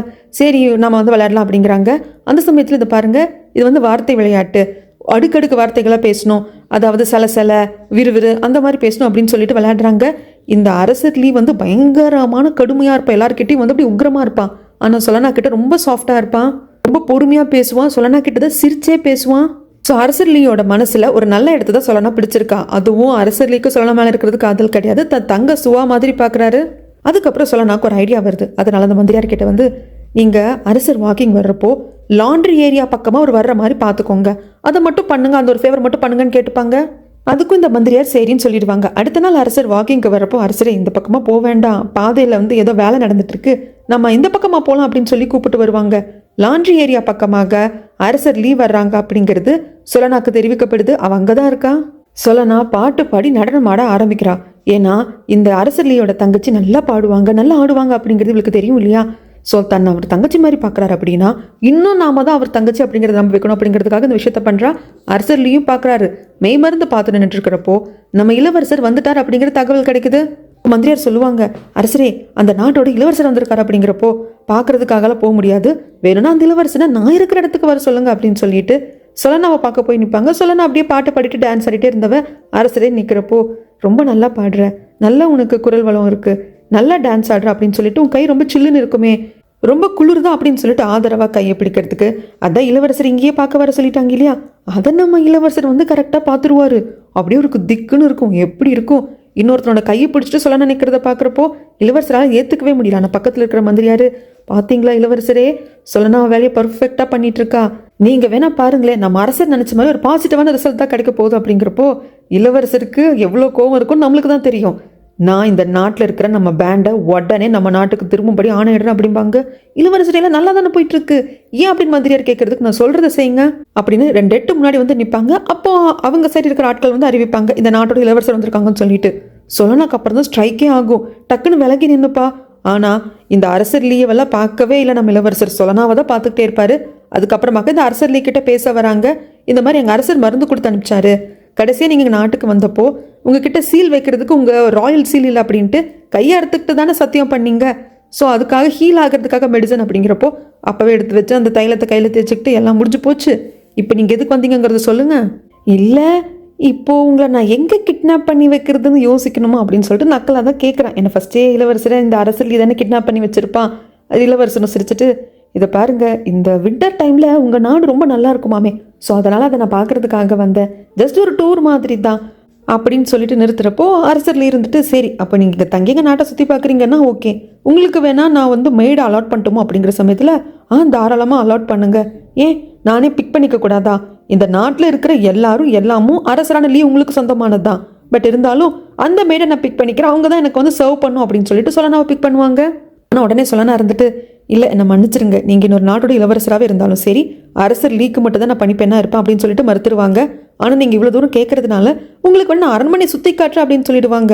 இன்னும் இப்படி பேசுகிறா அப்படிங்கிற மாதிரி தான் இளவரசருக்கு இருக்கும். ஆனால் அரசர் லீக்கு சந்தோஷமாக இருக்குது, இந்த பொண்ணு தான் மேடா வேணும் அப்படின்னு இளவரசர் கேட்டும் அதை மறுத்துட்டா இல்லையா, அது பிடிச்சிருக்கு. இங்கே இருக்கிறப்போ சொல்லானோட பேர் வந்து காஹி தானே, காஹி நீ வந்து சுற்றி காட்டுமா இந்த அரண்மனை அப்படின்னு சொல்லிடுவாங்க. கூடவே இந்த அரசர் லீயோட மந்திரியார், அந்த நாட்டில் இருக்கிற மந்திரியார், பாடி கார்டு எல்லாரும் வருவாங்க. அவங்க எல்லாம் கண்ணை காட்டி அனுப்பிச்சிட்டு ஒரு லைப்ரரி ரூம்குள்ள வந்து பேசுவாங்க. வெளியே பாடி கார்டு காவ காத்துட்டு இருப்பாங்க. உள்ள வந்து சொல்லனாதான் கேட்பா, இளவரசரே நீங்கள் வர்றீங்க அப்படின்னு தகவல் கொடுக்கவே இல்லையே அப்படிங்கிறாங்க. அதெல்லாம் இருக்கட்டும் சொல்லனா, இங்கே நடந்தது நான் கண்ட காட்சி என்னை எந்த அளவுக்கு ஹர்ட் பண்ணும் அப்படிங்கிறது உனக்கு புரியலையா அப்படிங்கிறாங்க. இல்லை எல்லாம் நல்லபடியாக தான் போயிட்டுருக்கு. என்ன நல்லபடியாக போயிட்டுருக்கு? அந்த அரசு லீ உன் கையை பிடிச்சிட்டு நிற்கிறான், பார்க்குற எனக்கு எவ்வளோ கஷ்டமாக இருந்தது தெரியுமா அப்படிங்கிறாங்க. அவ்வளோதான், இதை பாரு, நீ கிளம்பு, என் கூட வா, நான் உன்னை உடனே கூப்பிட்டு போகிறேன் அப்படிங்கிறதுக்கு பேசாமல் இருங்க இளவரசரே. நீங்கள் நினைக்கிற கண்ணோட்டத்தில் அரசர்லி என்னை பார்க்கல, அவரோட இறந்து போன தங்கையான சுவாவாத என்னை பார்க்குறாரு. அது மட்டும் இல்லாமல் நம்ம நாட்டோட அரசர் உங்களை நம்பி அனுப்பிச்சிருக்காங்க. நம்ம நாட்டு மக்கள் எல்லாமே இந்த ட்ரிப் மூலியமாக நீங்கள் என்ன முடிவெடுக்க போகிறீங்க அப்படிங்கிறத பார்த்துட்டு இருக்காங்க. அப்படிங்கிற சமயத்தில் இதை பாரு, யார் என்ன நினச்சாலும் சரி, அரசர் அனுப்பிச்ச வேலையை நான் சரி வர முடிக்கல அப்படிங்கிறதுக்காக அவர் டிசப்பாயிண்ட் ஆனாலும் சரி, மக்கள் என்னை பற்றி தப்பாக பேசினாலும் சரி, எனக்கு அதெல்லாம் முக்கியம் இல்லை, எனக்கு நீ தான் முக்கியம், உடனே வா போகலாம் அப்படிங்கிறப்போ, இல்லை சரி வர முடியாது, என்னோட வேலை இன்னும் இங்கே முடியலை, அது முடிஞ்சதுக்கு அப்புறம் தான் வருவேன், புரிஞ்சுக்கோங்க அப்படின்னு சொல்லிடுவேன். இதுக்கப்புறம் இளவரசருக்கு என்ன பண்ணுறதுன்னு தெரியல. அது மட்டும் இல்லாமல் அரசர்லி தன்னோட இறந்து போன தங்கச்சியான சுவாவாக தான் சொல்லனாவை பார்க்குறாங்க அப்படிங்கிறப்ப கொஞ்சம் அமைதியாகிடுறாங்க. அதுக்கப்புறம் எல்லாரும் உட்காந்து சாப்பிட்றப்போ பொஸ்குன்னு இந்த அரசர்லி வேற சொல்லலாம் கையை பிடிச்சிடுவான். இதை பாருமா, இவங்களுக்கெல்லாம் நல்லா அரண்மனை சுற்றி காட்டியான்னு சொல்லிட்டு நம்ம இளவரசர் வேற அப்படி குறுகுறுன்னு பார்த்துட்டு இருப்பாரு. அதுக்கப்புறமாக மந்திரியார்கிட்ட அந்த லெட்டர் கொடுங்க அப்படிம்பாங்க. அரசர் கொடுத்து விட்ட லெட்டர், அதை படிக்க ஆரம்பிக்கிறாங்க. அந்த சமயத்தில் சொல்லனா இளவரசரை பார்த்துட்டு மனசுக்குள்ளே சொல்லிப்பா, இளவரசரே ப்ளீஸ் இந்த பொறுப்பை என்கிட்ட விட்டுடுங்க, நான் கரெக்டாக முடிச்சுடுவேன், நீங்கள் எந்த பிரச்சனையும் பண்ணிடாதீங்க, உங்களுக்கு தான் கெட்ட பேர் வரும்னு மனசுக்குள்ளே சொல்லிப்பா. இங்கே அந்த இளவரசியோட மேடு எங்கே போனா ஏது போனா அப்படிங்கிறதே தெரியல இல்லைங்களா. இந்த பொண்ணு உயிரோட இருக்காளா இல்லையா அப்படிங்கிறது கூட தெரியல, எந்த ஒரு தகவலும் வரல. அப்படிங்கிறப்போ அந்த பொண்ணோட திங்ஸ் எல்லாம் எடுத்து பார்க்குறாரு, எரிக்க செய்கிறாரு. ஏன்னா அவருக்கு தெரியுது அந்த பிரின்சஸ்க்கு மெய்டை அனுப்பிச்ச அந்த பொண்ணு கண்டிப்பாக இறந்து போயிருப்பா அப்படிங்கிற மாதிரி மாஸ்டருக்கு தோணுது. அதை எரிக்கிற சமயத்தில் ரொம்ப ஃபீல் பண்ணுறாரு. மந்திரியாரே நீங்கள் பண்ணுறது சரி கிடையாது, உங்களுக்கு வேணுங்கிறப்போ நான் ட்ரைன் பண்ண ஆட்களை எடுத்துக்கிறீங்க, அதுக்கப்புறம் உங்களுக்கு என்னாச்சு ஏதாச்சும் கண்டுக்காம விட்டுடுறீங்க. இந்த வாட்டி கூட இந்த காணாமல் போன மேடை பற்றி விசாரிக்க வேண்டாம் விட்டுற சொல்லிட்டீங்க, ஆனால் என்னால் விட முடியாது அப்படின்ட்டு ஒரு பயங்கர கோவமாக இருப்பார். எங்கள் ஆண்டி வந்து ராணிக்கு சாப்பாடு கொடுக்க வருவாங்க. சாப்பிட்டு பார்த்துட்டு ராணி என்ன ரொம்ப உப்பு அதிகமாக இருக்குது அப்படிங்கிறப்போ, ஆமாம் இருக்க தானே செய்யும், அவர் எப்போ வருவார் ஏது வருவார்னே தெரியல, அதனால எனக்கு சமைக்கிறதுக்கே மைண்டு வர மாட்டேங்குதுன்னு உட்காந்து ஆள ஆரம்பிச்சிடுவாங்க. சரி நீங்கள் போங்க, ஒன்றும் பிரச்சனை இல்லை அப்படின்னு சொல்லி அனுப்பிச்சிடுவாங்க. ஆக்சுவலாக பெரிய நாவை ஆண்டி ரொம்ப மிஸ் பண்ணுறாங்க. அரண்மனையில் வேலையெல்லாம் முடிச்சுட்டு எங்கள் வீட்டுக்கு வரலாம் அப்படிங்கிற சமயத்தில் அந்த குட்டி பையனை பார்ப்பாங்க. அவன் சாப்பாட்டு கடையை பார்த்துட்டு அப்படியே ஒரு மாதிரி ஏக்கமாக நிற்பானா. அதுவும் ஆன்டி பக்கத்தில் தான் நின்று பார்த்துட்டு இருப்பான். அதை ஆன்டி பார்த்துட்டு, ஏன்பா தம்பி ஏன் ஒரு மாதிரி இருக்க, அழகா பொம்மை மாதிரி இருக்க, பசிக்குதான்னு சொல்லி கேட்குறப்போ, கோச்சன் யார்கிட்ட தத்து கொடுக்குற மாதிரி கொடுத்துட்டு போனாங்களோ அவங்க வந்து, டேய் ஒரு நாளைக்கு ஒரு வேளை சோறு போடுறேன்ல, அப்புறம் ஏன்டா சோறு நாளையிற அப்படின்னு சொல்லி அடிச்சு கூப்பிட்டு போயிடுவாங்க. என்னடா இது, பெற்றவங்க குழந்தை இப்படியெல்லாம் அடிப்பாங்க அப்படிங்கிற மாதிரி ஆன்டி பார்த்துட்டு இருப்பாங்க. ஆனால் அவங்களோட குழந்தை இந்த பையன் இல்லை அப்படிங்கிறதுல ஆன்டிக்கு தெரியாது. அதனால எதுவும் சொல்ல முடியாமல் பெற்றவங்க தான் போல இருக்குன்னு நினச்சிட்டு விட்டுருவாங்க. இந்த பக்கம் ஜின்முவை தான் காட்டுறாங்க. ஜின்மு வீட்டுக்கு வர்றப்போ அங்கே கோச்சன் வெயிட் பண்ணிட்டு இருக்காங்க. என்ன ஆச்சு உங்களை கொஞ்ச நாளாக பார்க்கவே முடியலையே அப்படிங்கிறாங்க. இல்லை நீங்கள் அரண்மனைக்கு கூப்பிட்டு போய் இளவரசியை காட்டுறேன்னு சொன்னீங்க இல்லையா அப்படிங்கிற மாதிரி, அதுவும் கடைசியாக அந்த விஷயத்தில் தானே முடிஞ்சே போயிருக்கோம். கோச்சன் அதை பற்றி கேட்க, ஆமாம் இளவரசியை வந்து காட்டுறதாகவும் சொன்னேன், இளவரசிக்கு நீங்கள் பாடி கார்டு இருக்கணும்னு சொன்னேன், ஆனால் இளவரசியை பார்க்குறதுக்கு ஏன் நீங்கள் இவ்வளோ க்யூரியஸாக இருக்கீங்க அப்படிங்கிறப்போ, இல்லை எல்லாரும் பேசிக்கிட்டாங்க இளவரசி ரொம்ப அழகாக இருப்பாங்களே அப்படிங்கிற மாதிரி ஜாடை காட்டுறதுக்கு. ஆமாம் அந்த பொண்ணு ரொம்ப அழகு தான், ஆனால் கொஞ்சம் ஆபத்தான பொண்ணும் கூட. அவங்க அப்பாவை தேடி தான் இந்த தலைநகருக்குள்ளே வந்து அவகிட்ட ஒரு ஹேர்பின் இருந்தது. ஸோ அந்த ஹேர்பின்னை பார்த்ததும் இவங்க தான் தன் பொண்ணு அப்படிங்கிறது ஈஸியாக வந்து அரசர் அடையாளம் கண்டுக்கிட்டாரு அப்படிங்கிறது எல்லாத்தையும் சொல்லுவாங்க. ஆனால் இதெல்லாம் கேட்க கேட்க கோச்சனுக்கு புரிஞ்சு போச்சு. ஏன்னா கோச்சனுக்கு நல்லா தெரியும் சொல்லனாதான் அரசரோட பொண்ணு அப்படிங்கிறது.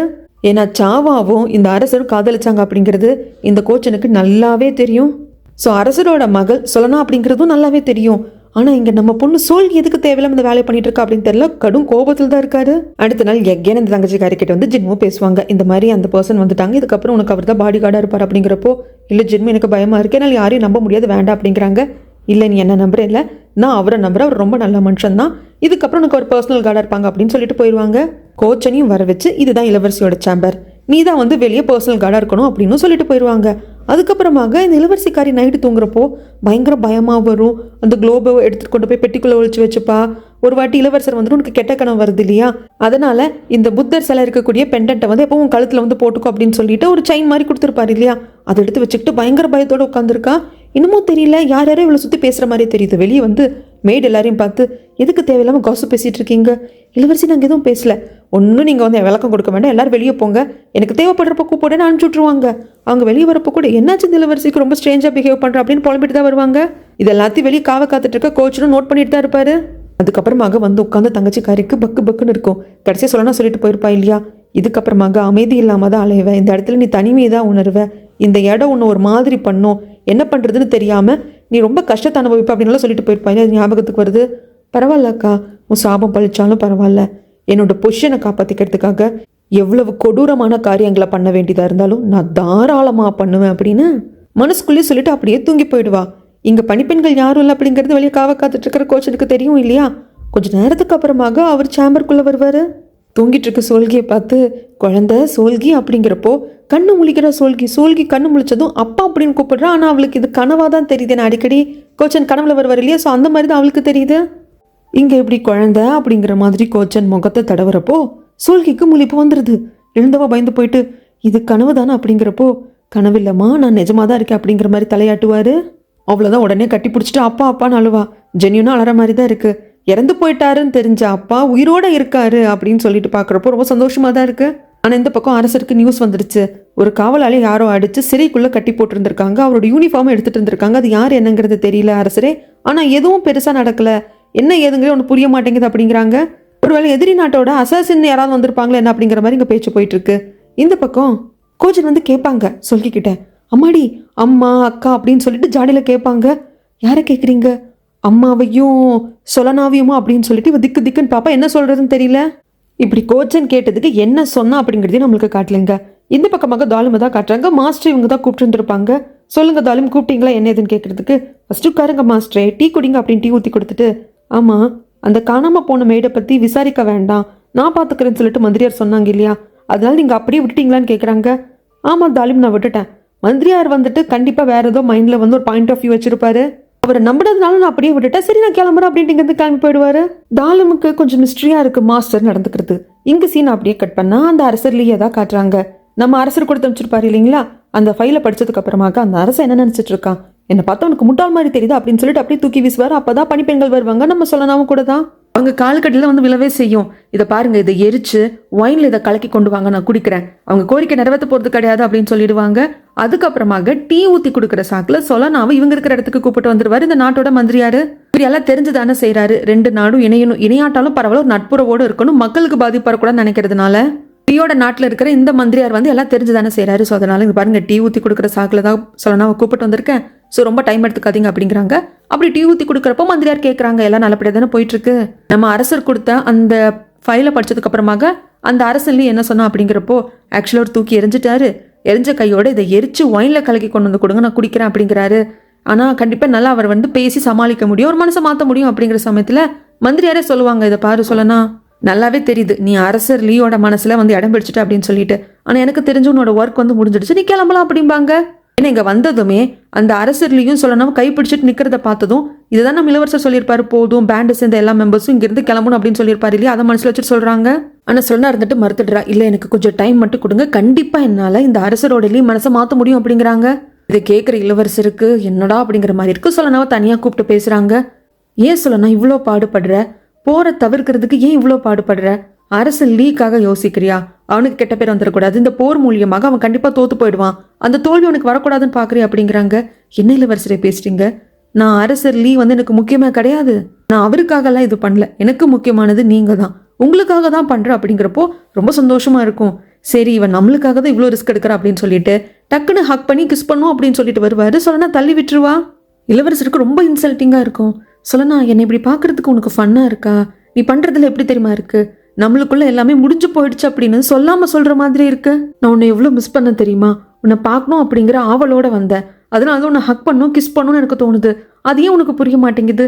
நம்மளுக்குள்ள இந்த உறவே இல்லை அப்படிங்கிற மாதிரி நீ சொல்கிற மாதிரி இருக்கே அப்படிங்கிறப்போ சொல்லனாக்கு என்ன சொல்கிறதுன்னு தெரியல. இளவரசரே, இங்கே ஒரு டாஸ்க்கு கொடுத்து நான் அனுப்பிச்சிருக்காங்க, அதுக்கு நான் உண்மையாக இருக்கேன், அதை நான் ப்ராப்பராக முடிக்கணும்னு நினைக்கிறேன், உங்களுக்கு புரியும்னு நினைக்கிறேன் அப்படின்னு சொல்லிட்டு அங்கிருந்து இவ பாட்டுக்கு வந்துடுவா. இளவரசர் பாவம் நைட் ஃபுல்லாக தூங்காமல் எதையோ யோசிச்சுட்டு இருப்பாரு. அடுத்த நாள் ஏதோ ஒரு முடிவு எடுத்துட்டாரு. அந்த மந்திரியாரை கூப்பிட்டு சொல்கிறாங்க. ஏன்னா அரசர் என்ன சொல்லி அனுப்பிச்சிருப்பாரு, அரசர் லீயே எந்த வகையிலும் நீ ப்ரோவோக் பண்ணக்கூடாது, ஆனால் அதுக்கு பதிலாக நீ எடுத்துகிட்டு போகக்கூடிய அந்த நியூஸை வச்சு அரசர் லீ என்ன முடிவு எடுக்கிறாங்க அப்படிங்கிறத வச்சு என்ன முடிவெடுக்கலாம் அப்படிங்கிற அந்த சுதந்திரத்தை நான் உனக்கு கொடுக்குறேன்னு சொல்லியிருந்திருப்பாரு இல்லையா. ஸோ இது இளவரசர் வந்துட்டு மந்திரியார்கிட்ட சொல்கிறாங்க, எனக்கு அரசர் வந்து ஃபுல் ஃப்ரீடம் கொடுத்துருக்காங்க, வாரா இல்லை இந்த லீக்கு இன்னொரு சான்ஸ் கொடுக்கலாம் அப்படிங்கிற முடிவை நான் தான் எடுக்கணும். ஸோ நான் வந்து இந்த அரசர் லீக்கு இன்னொரு சான்ஸ் கொடுக்கலான்னு நினைக்கிறேன். நம்ம பேண்டை சேர்ந்த மெம்பர்ஸ் எல்லாம் இங்கேயே இருக்கட்டும்.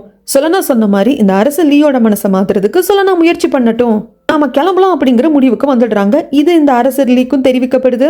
இந்த மாதிரி இந்த நாட்டோட இளவரசர் கிளம்ப போறாங்க அப்படின்னு சொல்லிட்டு இது தெரிஞ்சது சொல்லனா இளவரசரை பார்க்க வராங்க.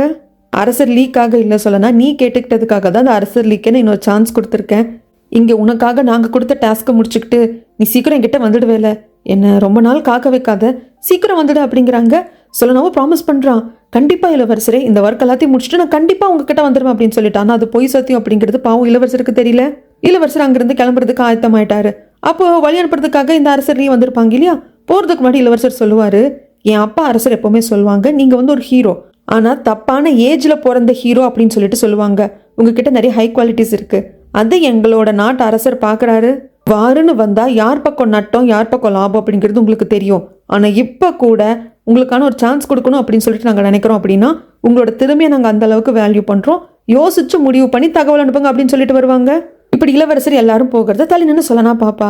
இளவரசர் போகிறத பார்த்துட்டு அப்படியே பவ் பண்ணிட்டு, இளவரசரே நம்ம 2 பேருக்குள்ளே எல்லாம் முடிஞ்சு போச்சு, நாம் ரத்தத்தால் இணைக்கப்பட்டவங்க, நம்ம 2 பேருக்கும் ஒரே அப்பா. நம்ம அப்பாவுக்கு நீங்கள் எப்படி சேவை பண்ணணும், நாட்டை பாதுகாக்கணும், நாட்டை நல்லபடியாக கொண்டு போகணும்னு நினைக்கிறீங்களோ அதே மாதிரி அரசரோட மகளை நானும் அதுதான் நினைக்கிறேன். என் மனசில் இருந்து உங்கள் மேலே எனக்கு இருந்த காதலை நான் அழிச்சிட்டேன், ஆனால் என் மனசில் நீங்கள் இருக்கீங்க, உங்கள் மேலே எனக்கு அந்த கேர் இருக்குது, நல்லா பார்த்துக்கணும் அப்படின்னு தோணுது. ஆனால் அதை தவிர்த்து அதை தாண்டி காதல் அப்படிங்கிற உணர்வு கிடையாது. நம்மளுக்குள்ள என்ன பந்தம் அப்படின்னு தெரிஞ்சதுக்கு அப்புறமாக நான் சுக்குநூறாக உடஞ்சிட்டேன். ஆனால் கடைசி வரைக்கும் அது உங்களுக்கு தெரியாமல் போகட்டும், உங்களை நான் விட்டு விலகினதாக இருக்கட்டும், உங்களை நான் ஏமாத்தினதாக இருக்கட்டும், நீங்கள் அப்படியே நினச்சிக்கோங்க. உண்மையான உறவு என்ன நம்மளுக்குள்ள அப்படின்னு உங்களுக்கு தெரிஞ்சுட்டேன், நீங்கள் தாங்க மாட்டீங்க அப்படின்னு சொல்லிட்டு மனசுக்குள்ளேயே சொல்லிப்பா. அதுக்கப்புறமாக சொல்லனாவை அரசர் லீ கூப்பிட்டு, அன்னைக்கு நான் லாண்ட்ரி ரூம் வழியாக நடந்து வந்தப்போ நான் பார்த்தேன், நீ ரொம்ப அழகாக பாட்டு பாடின, ரொம்ப அழகாக நடனம் ஆடினேன், எனக்கு அது ரொம்ப பிடிச்சிருந்தது, உனக்கு என்ன வேணும்னு கேளு நான் பண்ணுறேன் அப்படிங்கிற சமயத்தில் சொல்லனா இருந்துட்டு, அரசரே நீங்கள் ரொம்ப நல்லவர், உங்கள் கோபத்தை கண்ட்ரோல் பண்ணிக்கோங்க, அடுத்தவங்க என்ன பேசுகிறாங்க அப்படிங்கிறத காது கொடுத்து கேளுங்க, இப்போ கூட அந்த நாட்டோட அரசர் அனுப்பிச்சாரு இல்லையா அந்த செய்தி அப்படின்னு நான் பேச ஆரம்பிக்கிறப்போ அரசர் லீக்கு கோவம் வந்துடுது. வாயை மூடு, தேவையெல்லாம் பேசாது அப்படிங்கிறாங்க. இல்லை நீங்கள் சொல்லியிருக்கீங்க என்னோட விஷயம் என்ன அப்படின்னு சொல்லி கேட்க சொல்லியிருக்கீங்க, என் விஷயம் இதுதான் அப்படின்னு கேட்டுக்கிட்டே இருக்கிறப்போ, உன்னோட ஆசை என்ன கேளு, நிறைவேற்றுன்னு சொன்னது நான் தான், நிறைவேற்ற முடியாதுன்னு என்னால் சொல்ல முடியும், யார் அங்கே இவளை வந்து வெளியே தூக்கிட்டு போய் பனிஷ்மெண்ட் கொடுங்க அப்படின்னு சொல்லிடுவாங்க. ஒரு பெரிய பானையை தலை மேலே வச்சு போகிறவங்க வரவங்க அதை தண்ணி ஊற்றலாம். இங்கே இருக்கிற சில மேடுக்கு சொல்லணும் பிடிக்காது, அவங்க வேணுக்குன்னே நிறைய தண்ணி ஊற்றுறாங்க, மூஞ்சிலெல்லாம் தண்ணியை வந்து இறச்சிட்டு போவாங்க. பெரிய நச்சுன்னு அதை பார்க்குறாங்க. ஆனால் சொல்லனா கஞ்சாட காட்டிடுவா, வேண்டாம் நீங்கள் எதுவும் வந்துட்டு எனக்காக பண்ணாதீங்க, எல்லாரும் கண்டுபிடிச்சிருவாங்க அப்படின்னு சொல்லிட்டு கஞ்சாடையிலேயே காட்டிடுவா. அதுக்கப்புறம் ரொம்ப நேரம் இப்படி ஹோல்ட் பண்ணிகிட்டே முட்டி போட்டுட்டு இருக்க முடியுமா, அப்படியே ஒரு மாதிரி தள்ளாட்டமாக இருக்கும். அப்போ கரெக்டாக அரசர்லி வருவாங்க. அரசர்லி சொல்லணும் பார்த்துட்டு, இதை பாரு, நீ என்கிட்ட பேசினது வந்து தவறு, அதை தப்புன்னு ஒத்துக்கோ, நான் இப்போவே இந்த பனிஷ்மெண்ட்டை கேன்சல் பண்ணுறேன் அப்படிங்கிறப்போ, இல்லை அரசரே நான் தப்புன்னு ஒத்துக்க முடியாது, ஏன்னா நிறைய பணிப்பெண்கள் வந்து நீங்கள் ரொம்ப கோவக்காரு அப்படி இப்படின்னு சொல்லிட்டு நிறைய பேசியிருக்காங்க, பட் உங்களுக்குன்னு ஒரு குட் சைடு இருக்குது, அதை நான் பார்த்துருக்கேன், நான் பேசுனது திரும்பி வாங்கிக்க மாட்டேன், எப்பவும் அதில் தான் உறுதியாக இருப்பேன் அப்படின்னு சொல்லிடுவாங்க.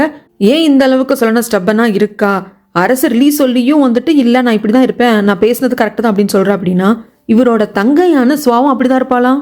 நல்லா பாடக்கூடிய நடனம் ஆடக்கூடிய பொண்ணு மட்டும் கிடையாது, அரசர்லி தன்னனான அரசர்லி தப்பே பண்ணாலும் அதை தப்புன்னு சுட்டி காட்டுவாளாம். அதனால தான் இவ்வளோ ஸ்டப்பனா இருக்கா என்னமோ தெரியல, இது வந்து இவர் மனசை வந்து அசைச்சிருது போல இருக்கு.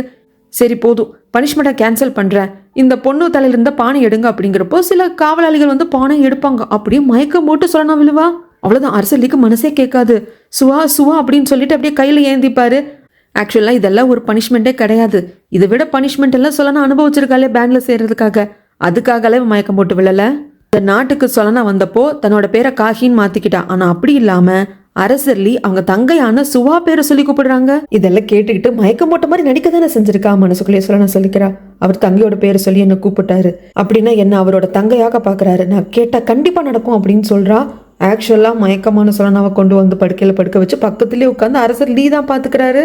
சொல்லனா கண்ணு முழிச்சு எழுந்துக்கிறா. பரவாயில்ல, நீ சீக்கிரமா எழுந்துக்கிட்ட. நான் உன்னை சுவா சுவான்னு கூப்பிட்டேன். சுவா வந்து என்னோட தங்க. உன்னை பார்க்குறப்ப எனக்கு அவளை பார்க்குற மாதிரியே இருக்கு. அவளோட ஹஸ்பண்டை நான் கொன்னுட்டேன். அதனால அவ கோபத்தை எப்படி காட்டுறது, நான் எப்படி பழி தீர்க்கிறதுன்னு தெரியல. என் தங்கச்சி மேலே நான் உயிரியே தான் வச்சிருக்கேன். ஆனால் அவன் புருஷன் பண்ண தப்புக்கு அவனை கொல்ல வேண்டியதாக போயிடுச்சு. ஆனால் என்ன பழி வாங்குறதா நினச்சிக்கிட்டு அவள் உயிரை அவளே எடுத்துக்கிட்டா. தூக்கு மாட்டி இறந்து போயிட்டா. அதுக்கப்புறமாக தான் நான் ரொம்ப முரடனா மாறிட்டேன். நீ சொன்ன இல்லையா என்னோட கோபத்தை கண்ட்ரோல் பண்ணிக்க சொல்லி, நிதானமாக யோசிக்க சொல்லி. நான் கண்டிப்பாக அதை வந்து என் மனசில் எடுத்துக்கிறேன். ஏன்னா என் தங்கையும் இதையே தான் சொல்லிக்கிட்டே இருப்பா. நீ சொன்னது என் தங்கி எனக்கு ஞாபகப்படுத்துகிற மாதிரி இருந்தது. அந்த கோவத்தில் உனக்கு பனிஷ்மெண்ட்லாம் கொடுத்துட்டேன் அப்படிங்கிறாங்க. அரசர்லி, நான் வந்து உங்கள் கோவத்தை கண்ட்ரோல் பண்ணிக்கோங்க, கொஞ்சம் நிதானமாக இருங்க அப்படிங்கிறது மட்டும் நான் என்னோட விஷயம் கேட்கல. எனக்கு இன்னொரு விஷயம் இருக்குது. என்னோட பேரண்ட்ஸை கொன்ன கொலகாரங்களே நீங்கள் எனக்கு கண்டுபிடிச்சி கொடுக்கணும் அப்படின்னு சொல்லி கேட்க இங்கே சீனை அப்படியே கட் பண்ணா. கோச்சன் வெயிட் பண்ணிட்டு இருக்காரு தனியா. யார் வர்றதுக்காக? சொல்கி வர்றதுக்காக தான் வந்தோன்னு சொல்கி அப்பான்னு சொல்லி கட்டி பிடிச்சிக்கிறா. அப்போ மறுபடியும் கேட்குறாரு.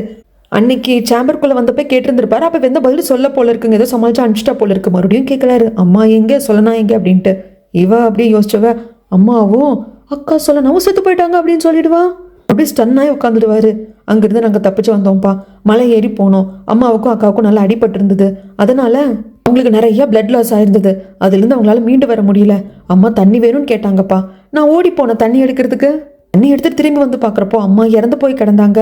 அந்த சமயத்தில் சொல்லனா அக்கா தான் சொன்னான், நான் வந்து அரசரோட மகள், இதுதான் வந்து அம்மாவோட ஹேர்பின் அடையாள சின்னம், இதை கொண்டு போய் கொடுத்து அப்படின்னா நீ பாதுகாப்பாக இருப்ப, இதுதான் என்னோட கடைசி ஆசை அப்படின்னு சொல்லிட்டு சொல்லனா அக்காவும் சொல்லிட்டு என் மடியில தான்ப்பா உயிரை விட்டா அப்படின்னு சொல்லிட்டு அந்த ஹேர்பினை கூட காட்டுவான். இதெல்லாம் கேட்க கேட்க கோச்சனுக்கு கோவமாக வரும். ஏன்னா அவரால் வந்து சைகையில டக்குன்னு சொல்ல முடியல. ஆனால் நம்ம குடும்பத்தை அழிச்சதே அந்த அரசன் தான்.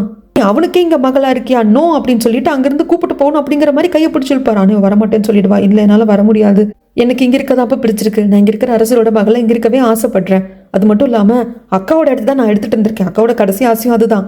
என்னோட இடத்துல நீ போ அப்படின்னு சொல்லிட்டு இப்போ நான் அரசர்கிட்ட போய் சொல்லியிருக்கேன் அப்படின்னு தெரிஞ்சு அரசர் என்ன கொண்டுடுவாருப்பா. ப்ளீஸ்ப்பா போயிடுப்பா, நான் இங்கே இருக்கேன்ப்பா அப்படின்னு சொல்லிட்டு அழுதுட்டு சொல்லியிருப்பா. என்ன பண்ணுறது எது பண்ணுறதுன்னு தெரியாம தான் விட்டுட்டு வந்திருப்பார் போல இருக்கு. அப்படியே நொந்து போய் இங்கே ஒரு வீடு இருந்து எடுத்து தங்கிட்டு தான் இருப்பாரு. அந்த இடத்துக்கு அப்படியே மனசு நொந்து போய் வந்துடுவாரு. அதுக்கப்புறம் அந்த குட்டி பையனை தான் நம்மளுக்கு காட்டுவாங்க. கோச்சன் போகிறப்போ இந்த பையன் ஒரு பாதுகாப்பான இடத்துல விட்டு தானே போயிருப்பாங்க. அவங்களுக்கு தத்து கொடுத்த மாதிரி தான் பணமெல்லாம் கூட கொடுத்துட்டு போயிருப்பாங்க.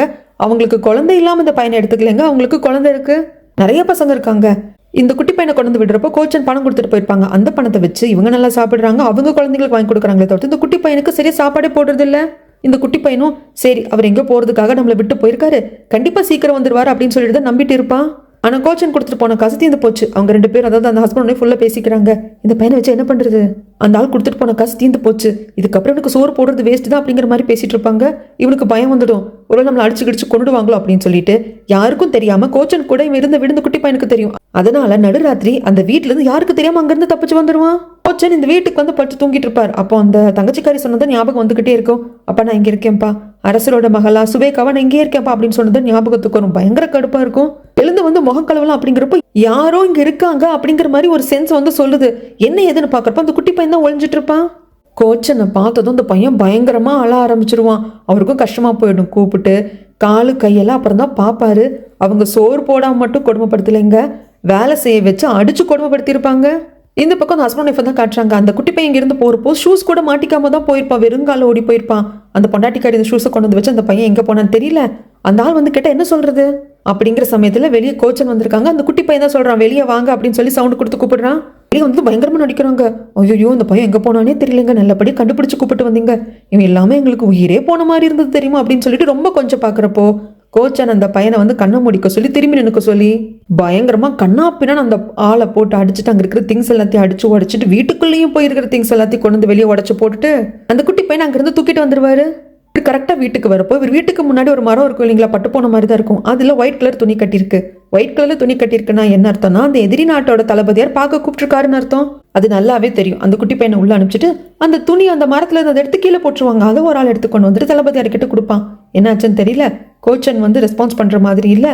நீங்க தகவல் கொடுத்த மாதிரி இந்த ஒயிட் கலர் துணியை கட்டினா நம்மள பாக்குறதுக்கும் வரல அப்படிங்கிறாங்க.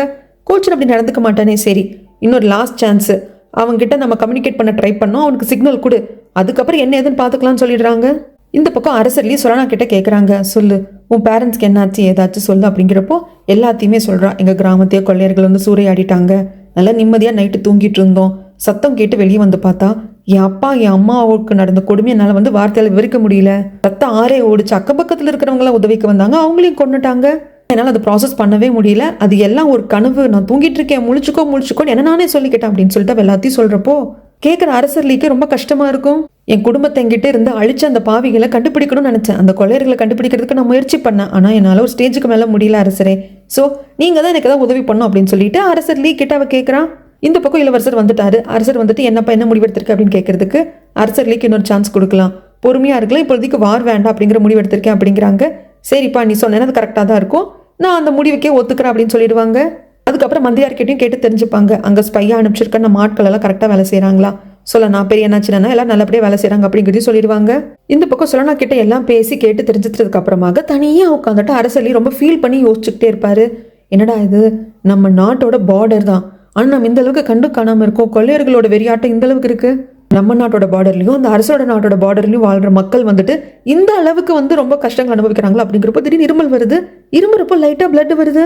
ஸோ அரசர்லிக்கு ஏதோ உடல்நிலை சரியில்லை, இது சொல்லனாக்கும் தெரியும், ஆனால் உடனே சொல்லனா வந்துட்டு மந்திரியார்கிட்ட என்னமோ காலில் குசு குசுன்னு சொல்கிற என்னன்னு தெரியல, ஏமா என்னம்மா பிளான் வச்சிருக்க, நான் சொல்கிறது மட்டும் பண்ணுங்க அப்படிங்கிறாங்க. பண்ணுறது ஒரு பக்கம் இருக்கட்டும், அரசர்லிக்கு உடம்பு சரியில்லை, அதனால தான் நான் அவங்கள உடனே பண்ண சொல்கிறேன் அப்படின்னு சொன்னா சொல்லிடுவா. அப்படி என்ன விஷயத்த பண்ண சொன்னா அப்படிங்கிறது நமக்கு தெரியலங்க. ஆனால் இந்த அரசர்லி மந்திரியாரை கூப்பிட்டு பேசுவாங்க. இந்த சொலனா பொண்ணுக்கு தான் காகின் பேர் இருக்கே, அந்த காகி பொண்ணை நீங்கள் எங்கே கண்டுபிடிச்சிங்க, அந்த பொண்ணு எப்படி இந்த அரண்மனைக்கு மேடா வந்தான்னு கேட்கறதுக்கு அரசரே இந்த மாதிரி அந்த பொண்ணு வந்து மலைப்பகுதியில் வாழ்ந்துட்டு இருந்த பொண்ணு, அந்த பொண்ணோட குடும்பத்தையே வந்துட்டு கொள்ளையர்கள் வந்து காவு வாங்கிட்டாங்க, வாழ்வாதாரம் இல்லாமல் இருந்தா வேலை ஏதாவது கிடைக்குமா அப்படின்னு சொல்லி கேட்டுட்டு இருந்தப்போ அந்த பொண்ணை பார்த்துட்டு சரி அரண்மனைக்கு வேலைக்கு கூப்பிட்டு வரலாம் தான் கூப்பிட்டு வந்தேன், நீங்கள் உங்கள் பக்கத்தில் இருக்கிற மேடெல்லாம் நம்பாமல் இருந்தப்போ இந்த பொண்ணையும் இன்னும் சில மேடையும் நான் அனுப்பிச்சு வச்சேன் அப்படின்னு சொல்லிட்டு மந்திரியார் சொல்லுவார். ஓ அப்படியா, அந்த பொண்ணு அந்த கொள்ளையர்களை பற்றின எல்லா விஷயத்தையும் என்கிட்ட சொன்னா அப்படின்னு சொல்ல, நீங்கள் வேணா ஒன்று பண்ணுங்க அரசரே, அரசரா இல்லாமல் சாதாரண குடிமகனா உடை அணிஞ்சுக்கிட்டு போய் பார்க்கலாமே அப்படின்னு சொல்லி சொல்கிறாங்க. இந்த விஷயத்த அரசர்லையும் அக்செப்ட் பண்ணிக்கிறாங்க. ஸோ ஒரு அரசர் மாதிரி உடை உடுத்திக்காம சாதாரண மக்கள் உடுத்திக்கக்கூடிய உடையை உடுத்திக்கிட்டு அரண்மனை விட்டு வெளியே வரதுக்கு தயாராகிட்டார். இவர் மட்டும் கிடையாது, பெரிய அண்ணா சின்னண்ணா சொல்லனா எல்லாரும் தான் வருவாங்க, அவங்களும் வந்து காமனர் மாதிரி தான் ட்ரெஸ் பண்ணியிருப்பாங்க. வெளியே போறப்பவே அந்த அரசர்லயே சொல்லுவாங்க, பல வருடங்கள் ஆச்சு நான் அரண்மனை விட்டு வெளியே போய் என்னோட நாட்டுக்குள்ள மக்களை பார்க்கறதுக்கு எப்படி மக்களோட மக்களா போய் அப்படின்னு சொல்லிட்டு வருவாங்க. அப்படி வர சமயத்துல எந்த இடத்துக்கு கூப்பிட்டு வரணும் அப்படிங்கறது கூட ஏற்கனவே சொல்லனா பிளான் பண்ணிட்டா, அதை தான் மந்திரியார்கிட்டயும் சொல்லியிருப்பா. அந்த இடத்துக்கு கூப்பிட்டு வந்தா மக்கள் சாப்பாட்டுக்கு அடிச்சுக்கிறாங்க, அதுலயும் ஒரு குழந்தை அம்மாப்பா சாப்பாடு கொடுமான்னு கேக்குது. அந்த அம்மாவுக்கே பயங்கர பசி போல இருக்கு, தன் குழந்தைக்கு கொடுக்காம அவ சாப்பிட்டு இருப்பா. ஒரு வயசு சோறுக்கு அடிச்சுக்கிறதெல்லாம் பார்த்துட்டு ஒரு மாதிரி இவருக்கு கஷ்டமாயிடும்.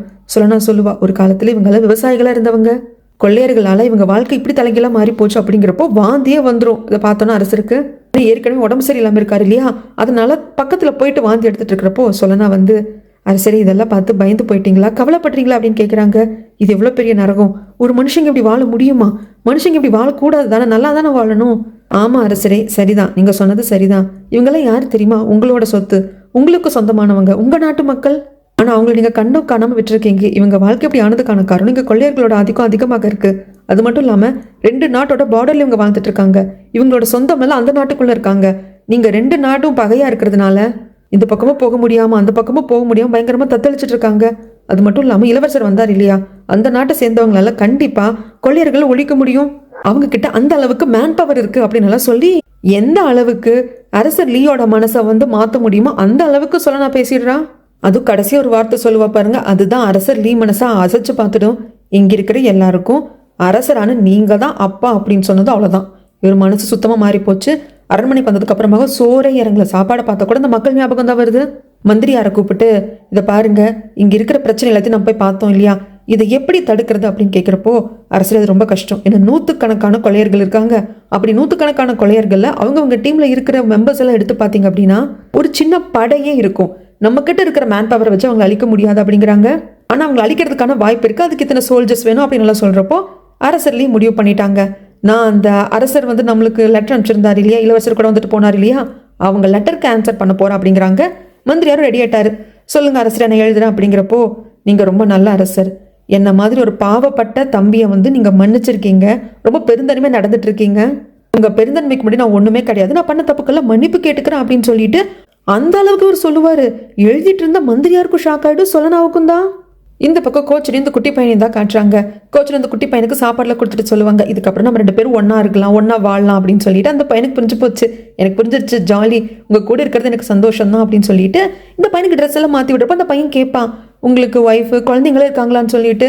அதை கேட்டதும் சோல்கி ஞாபகம் தான் வரும். அவதான் சொல்லிட்டாலே, எனக்கு இளவரசியா இருக்க தான் பிடிச்சிருக்கு, நான் இங்கிருந்து வரமாட்டேன் அப்படின்னு சொல்லிட்டு. அது இவருக்கு கஷ்டமா இருந்தாலும் பரவாயில்ல, நீ உயிரோடு இருக்க அப்படின்னு தெரிஞ்சது எனக்கு சந்தோஷமா இருக்கு, நீ நல்லா இருந்துட்டு போ அப்படின்னு மனசார நினைச்சுப்பாரு. இதுக்கப்புறமாக இந்த பையனுக்காக வாழலாம், இந்த பையனுக்கு ஒரு அப்பாவா நம்ம வாழலாம் அப்படிங்கிற முடிவை கோச்சன் எடுத்துட்டாரு. இங்க இந்த தங்கச்சிக்காரி ஜின்மோவை கூப்பிட்டு, இந்த மாதிரி காது கேட்க முடியாத, வாய் பேச முடியாதவரை நான் எப்படி எனக்கு பர்சனல் பாடி கார்டை வச்சுக்க முடியும், எனக்கு ஏதாவது பிரச்சனை அப்படின்னு சொல்லிட்டு கத்துனா அவருக்கு எப்படி கேட்கும் அப்படிங்கிறாங்க.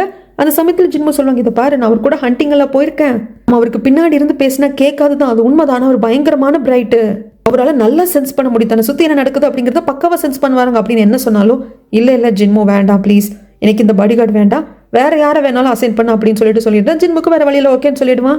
அதுக்கப்புறமாக கோச்சனை பார்க்கறதுக்காக தனியா வந்து பார்த்து பேசி, அப்பா நீங்க நல்லா இருக்கீங்க அப்படிங்கிறது எனக்கு நிம்மதியா இருக்குப்பா, அம்மா அக்கா நீங்க எல்லாம் செத்து போயிட்டீங்கன்னு நினைச்சேன், உங்களை பார்த்ததே சந்தோஷம்ப்பா, என்னை புரிஞ்சுக்கிட்டதுக்கு சந்தோஷம்ப்பா, நான் அக்காவோட இடத்துல தான் இங்க இருக்கேன், இந்த வாழ்க்கை எனக்கு பிடிச்சிருக்குப்பா, நான் இப்படியே வாழ்ந்துடுறப்பா அப்படின்னு எல்லாம் சொல்லிடுவா. கடைசியா பாக்குறதுக்கு தான் கோச்சனும் வந்திருப்பாரு. அவரும் சரிம்மா பை அப்படிங்கிற மாதிரி பார்த்து பேசிட்டு வளையம் வச்சிருவாரு. அதுக்கப்புறமாக அந்த தங்கச்சிக்காரி அவ சேம்பருக்கு வர்றப்போ மாஸ்டர் வருவாரு. வந்துட்டு, இளவரசி உங்களுக்கு என்ன தெரியாது, ஆனா எனக்கு உங்களை நல்லா தெரியும், அடுத்த வாட்டி நாம ஒரு இடத்துல மீட் பண்ணுவோம், அங்க நான் உங்களை மீட் பண்றேன் அப்படின்ட்டு பொடி வச்சு பேசிட்டு போவாங்க. தங்கச்சிக்காரிக்கு இப்பதாண்டா ஒரு பிரச்சனை முடிஞ்சது, இது ஏடா புது பிரச்சனை அப்படிங்கிற மாதிரி தான் யோசனையா இருக்கும். இந்த பக்கம் இளவரசர் தான் காட்டுறாங்க, நல்லா உட்காந்து சாப்பிட்டு இருப்பாங்க. பாடிகார்டு கேட்பாங்க, பொதுவாக வேலையில் இருக்கிறப்போ நீங்க சரியா சாப்பிட மாட்டீங்களே அப்படிங்கிறாங்க. இப்போ நான் சாப்பிட்றேன், அது ஒரு குத்தமா அப்படின்னு கேட்க, ஐயோ இளவரசரே தப்பா கேட்டுட்டேன், நீங்க சாப்பிடுங்க அப்படின்னு சொல்லிட்டு தள்ளி நினைப்பாரு. இதெல்லாம் எதுக்கு தெரியுமா இளவரசர் பண்றாரு, சொல்ல நான் போகிறதுக்கு முன்னாடி சொல்லிட்டு போயிருப்பா இல்லையா, என்ன நடந்தாலும் சரி ஒரு நாளைக்கு 3 வேளை நீங்க நல்லா சாப்பிடணும்னு சொல்லிட்டு, அதான் மனசுல வச்சுட்டு பண்ணிட்டு இருக்காரு. நீ சொன்னதெல்லாம் கரெக்டா பண்ணிட்டு சொன்னா சீக்கிரம் கேட்டவா அப்படின்னு சொல்லிட்டு சொல்லனா பத்தி யோசிச்சுட்டு இருப்பாரு. அந்த சமயத்துல அந்த அரசர் இதை லெட்டர் எழுதிட்டாரு இல்லையா, ஆன்சர் லெட்டர், அது வந்து இங்க கிடைக்க போகுது. அது அரசர்கிட்ட கேரக்டர் வந்து இன்ஃபார்ம் பண்றாங்க. தாலுமுக்கு தெரிய வருது. தாலுமுக்கு சொல்லனா, நீ அந்த அரசலியோட மனசை மாத்திட்டியா அப்படின்னு சொல்லிட்டு நினைச்சு சந்தோஷப்படுறாங்க. இந்த பக்கம் இந்த விஷயம் உங்களுக்கு மட்டும் தெரியாம இருக்குமா, அவரு இதை பத்தி ஜின்மோ கிட்ட சொல்றாங்க. நீ என்ன நினைக்கிற, இந்த எதிரி நாட்டு அரசனான அந்த லீ கிட்ட இருந்து லெட்டர் வரப்போகுது, அது மட்டும் பாசிட்டிவா இருந்துச்சு அப்படின்னா இளவரசரோட கைதான் ஓங்கி இருக்கும், ஏன்னா அந்த விஷயத்தை டீல் பண்ணதே இவர் தான், உன்னால இளவரசனை பீட் பண்ண முடியுமா அப்படிங்கிறப்ப ஜின்மோ இருந்துட்டு, கண்டிப்பா நான் பண்ணுவேன், ஏதாவது பண்ணி அந்த இளவரசனோட நான் தான் பெஸ்ட்னு காட்டுவேன் அப்படிங்கிறாங்க. விசு அங்கிள், கண்டிப்பா நீ அதை பண்ணணும், அப்பதான் உன்னால அரியணையை ஜெயிக்க முடியும், நீ இளவரசியை கல்யாணம் பண்ணிக்கிட்டேன்னா ஆடட் அட்வான்டேஜ், ஆனா இளவரசனை விட நீ தான் நல்லவன் மக்களுக்கு தெரிஞ்சிருச்சு அப்படின்னா அது இன்னும் கூடுதல் ஆடட் அட்வான்டேஜ் அப்படின்னு சொல்லிட்டு போவாங்க. அதுக்கப்புறமாக அரசர் லீ வந்துட்டு அந்த ஆன்சர் கொடுத்துருப்பாரு இல்லைங்களா, அந்த ஃபைல் எடுத்துட்டு மந்திரியார் தான் வராங்க இந்த நாட்டுக்கு. இந்த அரசர் கிட்ட கொடுக்குறாங்க. அதை அவர் படிச்சுட்டு இருக்கிற சமயத்தில் இந்த பக்கம் விசு இருந்துட்டு, அந்த லீ எல்லாம் ஓகே சொல்லியிருக்க மாட்டான், வார் தான் பெரிய பிரச்சனை ஆகணும், இந்த இளவரசனுக்கு கெட்ட பேர் வரும்னு அவன் நினைச்சிட்டு இருக்கிறான். ஆனா இந்த பக்கம் இருக்கிற இந்த நாட்டோட மந்திரியார் அந்த லீ கிட்ட இருந்து பாசிட்டிவான ரெஸ்பான்ஸ் தான் வந்திருக்கணும், வார் வரக்கூடாதுன்னு நினைச்சிட்டு இருப்பாங்க. அதுதான் இளவரசரும் நினைப்பாங்க. அரசர் அந்த ஃபைலை படிச்சு முடிச்சுட்டு, அப்போ உங்க நாட்டு அரசரோட பதில் இதுதானா அப்படின்னு சொல்லிட்டு கொஞ்சம் கோவமா தான் கேட்பாங்க மந்திரியாரும். ஆமா அரசரே அப்படிம்பாங்க. அரசர் ரொம்ப சந்தோஷமா வருவாரு. சந்தோஷமா வந்தவர் அந்த மந்திரியோட கையை பிடிச்சுக்கிட்டு, இதுக்கப்புறம் நம்ம 2 நாடும் ஒண்ணு, எல்லாமே சரியா போயிடும், வார் கிடையாது அப்படிங்கிறப்ப எல்லாருக்கும் சந்தோஷமா இருக்கும் விஸ்வாங்களை தவிர்த்து. அப்படி அந்த மன்னர் லீ என்னதான் எழுதி அனுப்பிச்சிருப்பாரு அப்படின்னா, கொள்ளையர்களோட ஆதிக்கம் வந்து எங்க நாட்டுல அதிகமாக இருக்கு, அது என்ன ஏதுன்னு பாருங்க, அதை சால்வ் பண்றதுக்கு எங்களுக்கு உதவி பண்ணுங்க, நம்ம நாடு இதுக்கப்புறம் பகைமை பாராட்டுற நாடாக இருக்க வேண்டாம், நாம ஒரு நல்ல நட்பு நாடா இருக்கலாம் அப்படிங்கிற மாதிரி எழுதி அனுப்பிச்சிருப்பாங்க. அவர் மன்னிப்பே வந்து கேட்டுட்டாரு இல்லையா, சோ அதுதான் அரசருக்கு ரொம்ப சந்தோஷம். இந்த பக்கம் சொல்லனாவா தான் காட்டுறாங்க. இன்னும் அரசர் லீயோட நாட்டுல தான் அவ இருக்கா. அங்க நின்று அப்படியே யோசிக்கிறா, இப்ப இந்த விஷயம் உங்களுக்கு தெரிய வந்திருக்கும், இளவரசியை நீங்க சிரிச்சுட்டு தானே இருப்பீங்க அப்படின்னு சொல்லிட்டு மனசுக்குள்ளே நினைச்சுக்கிறான்.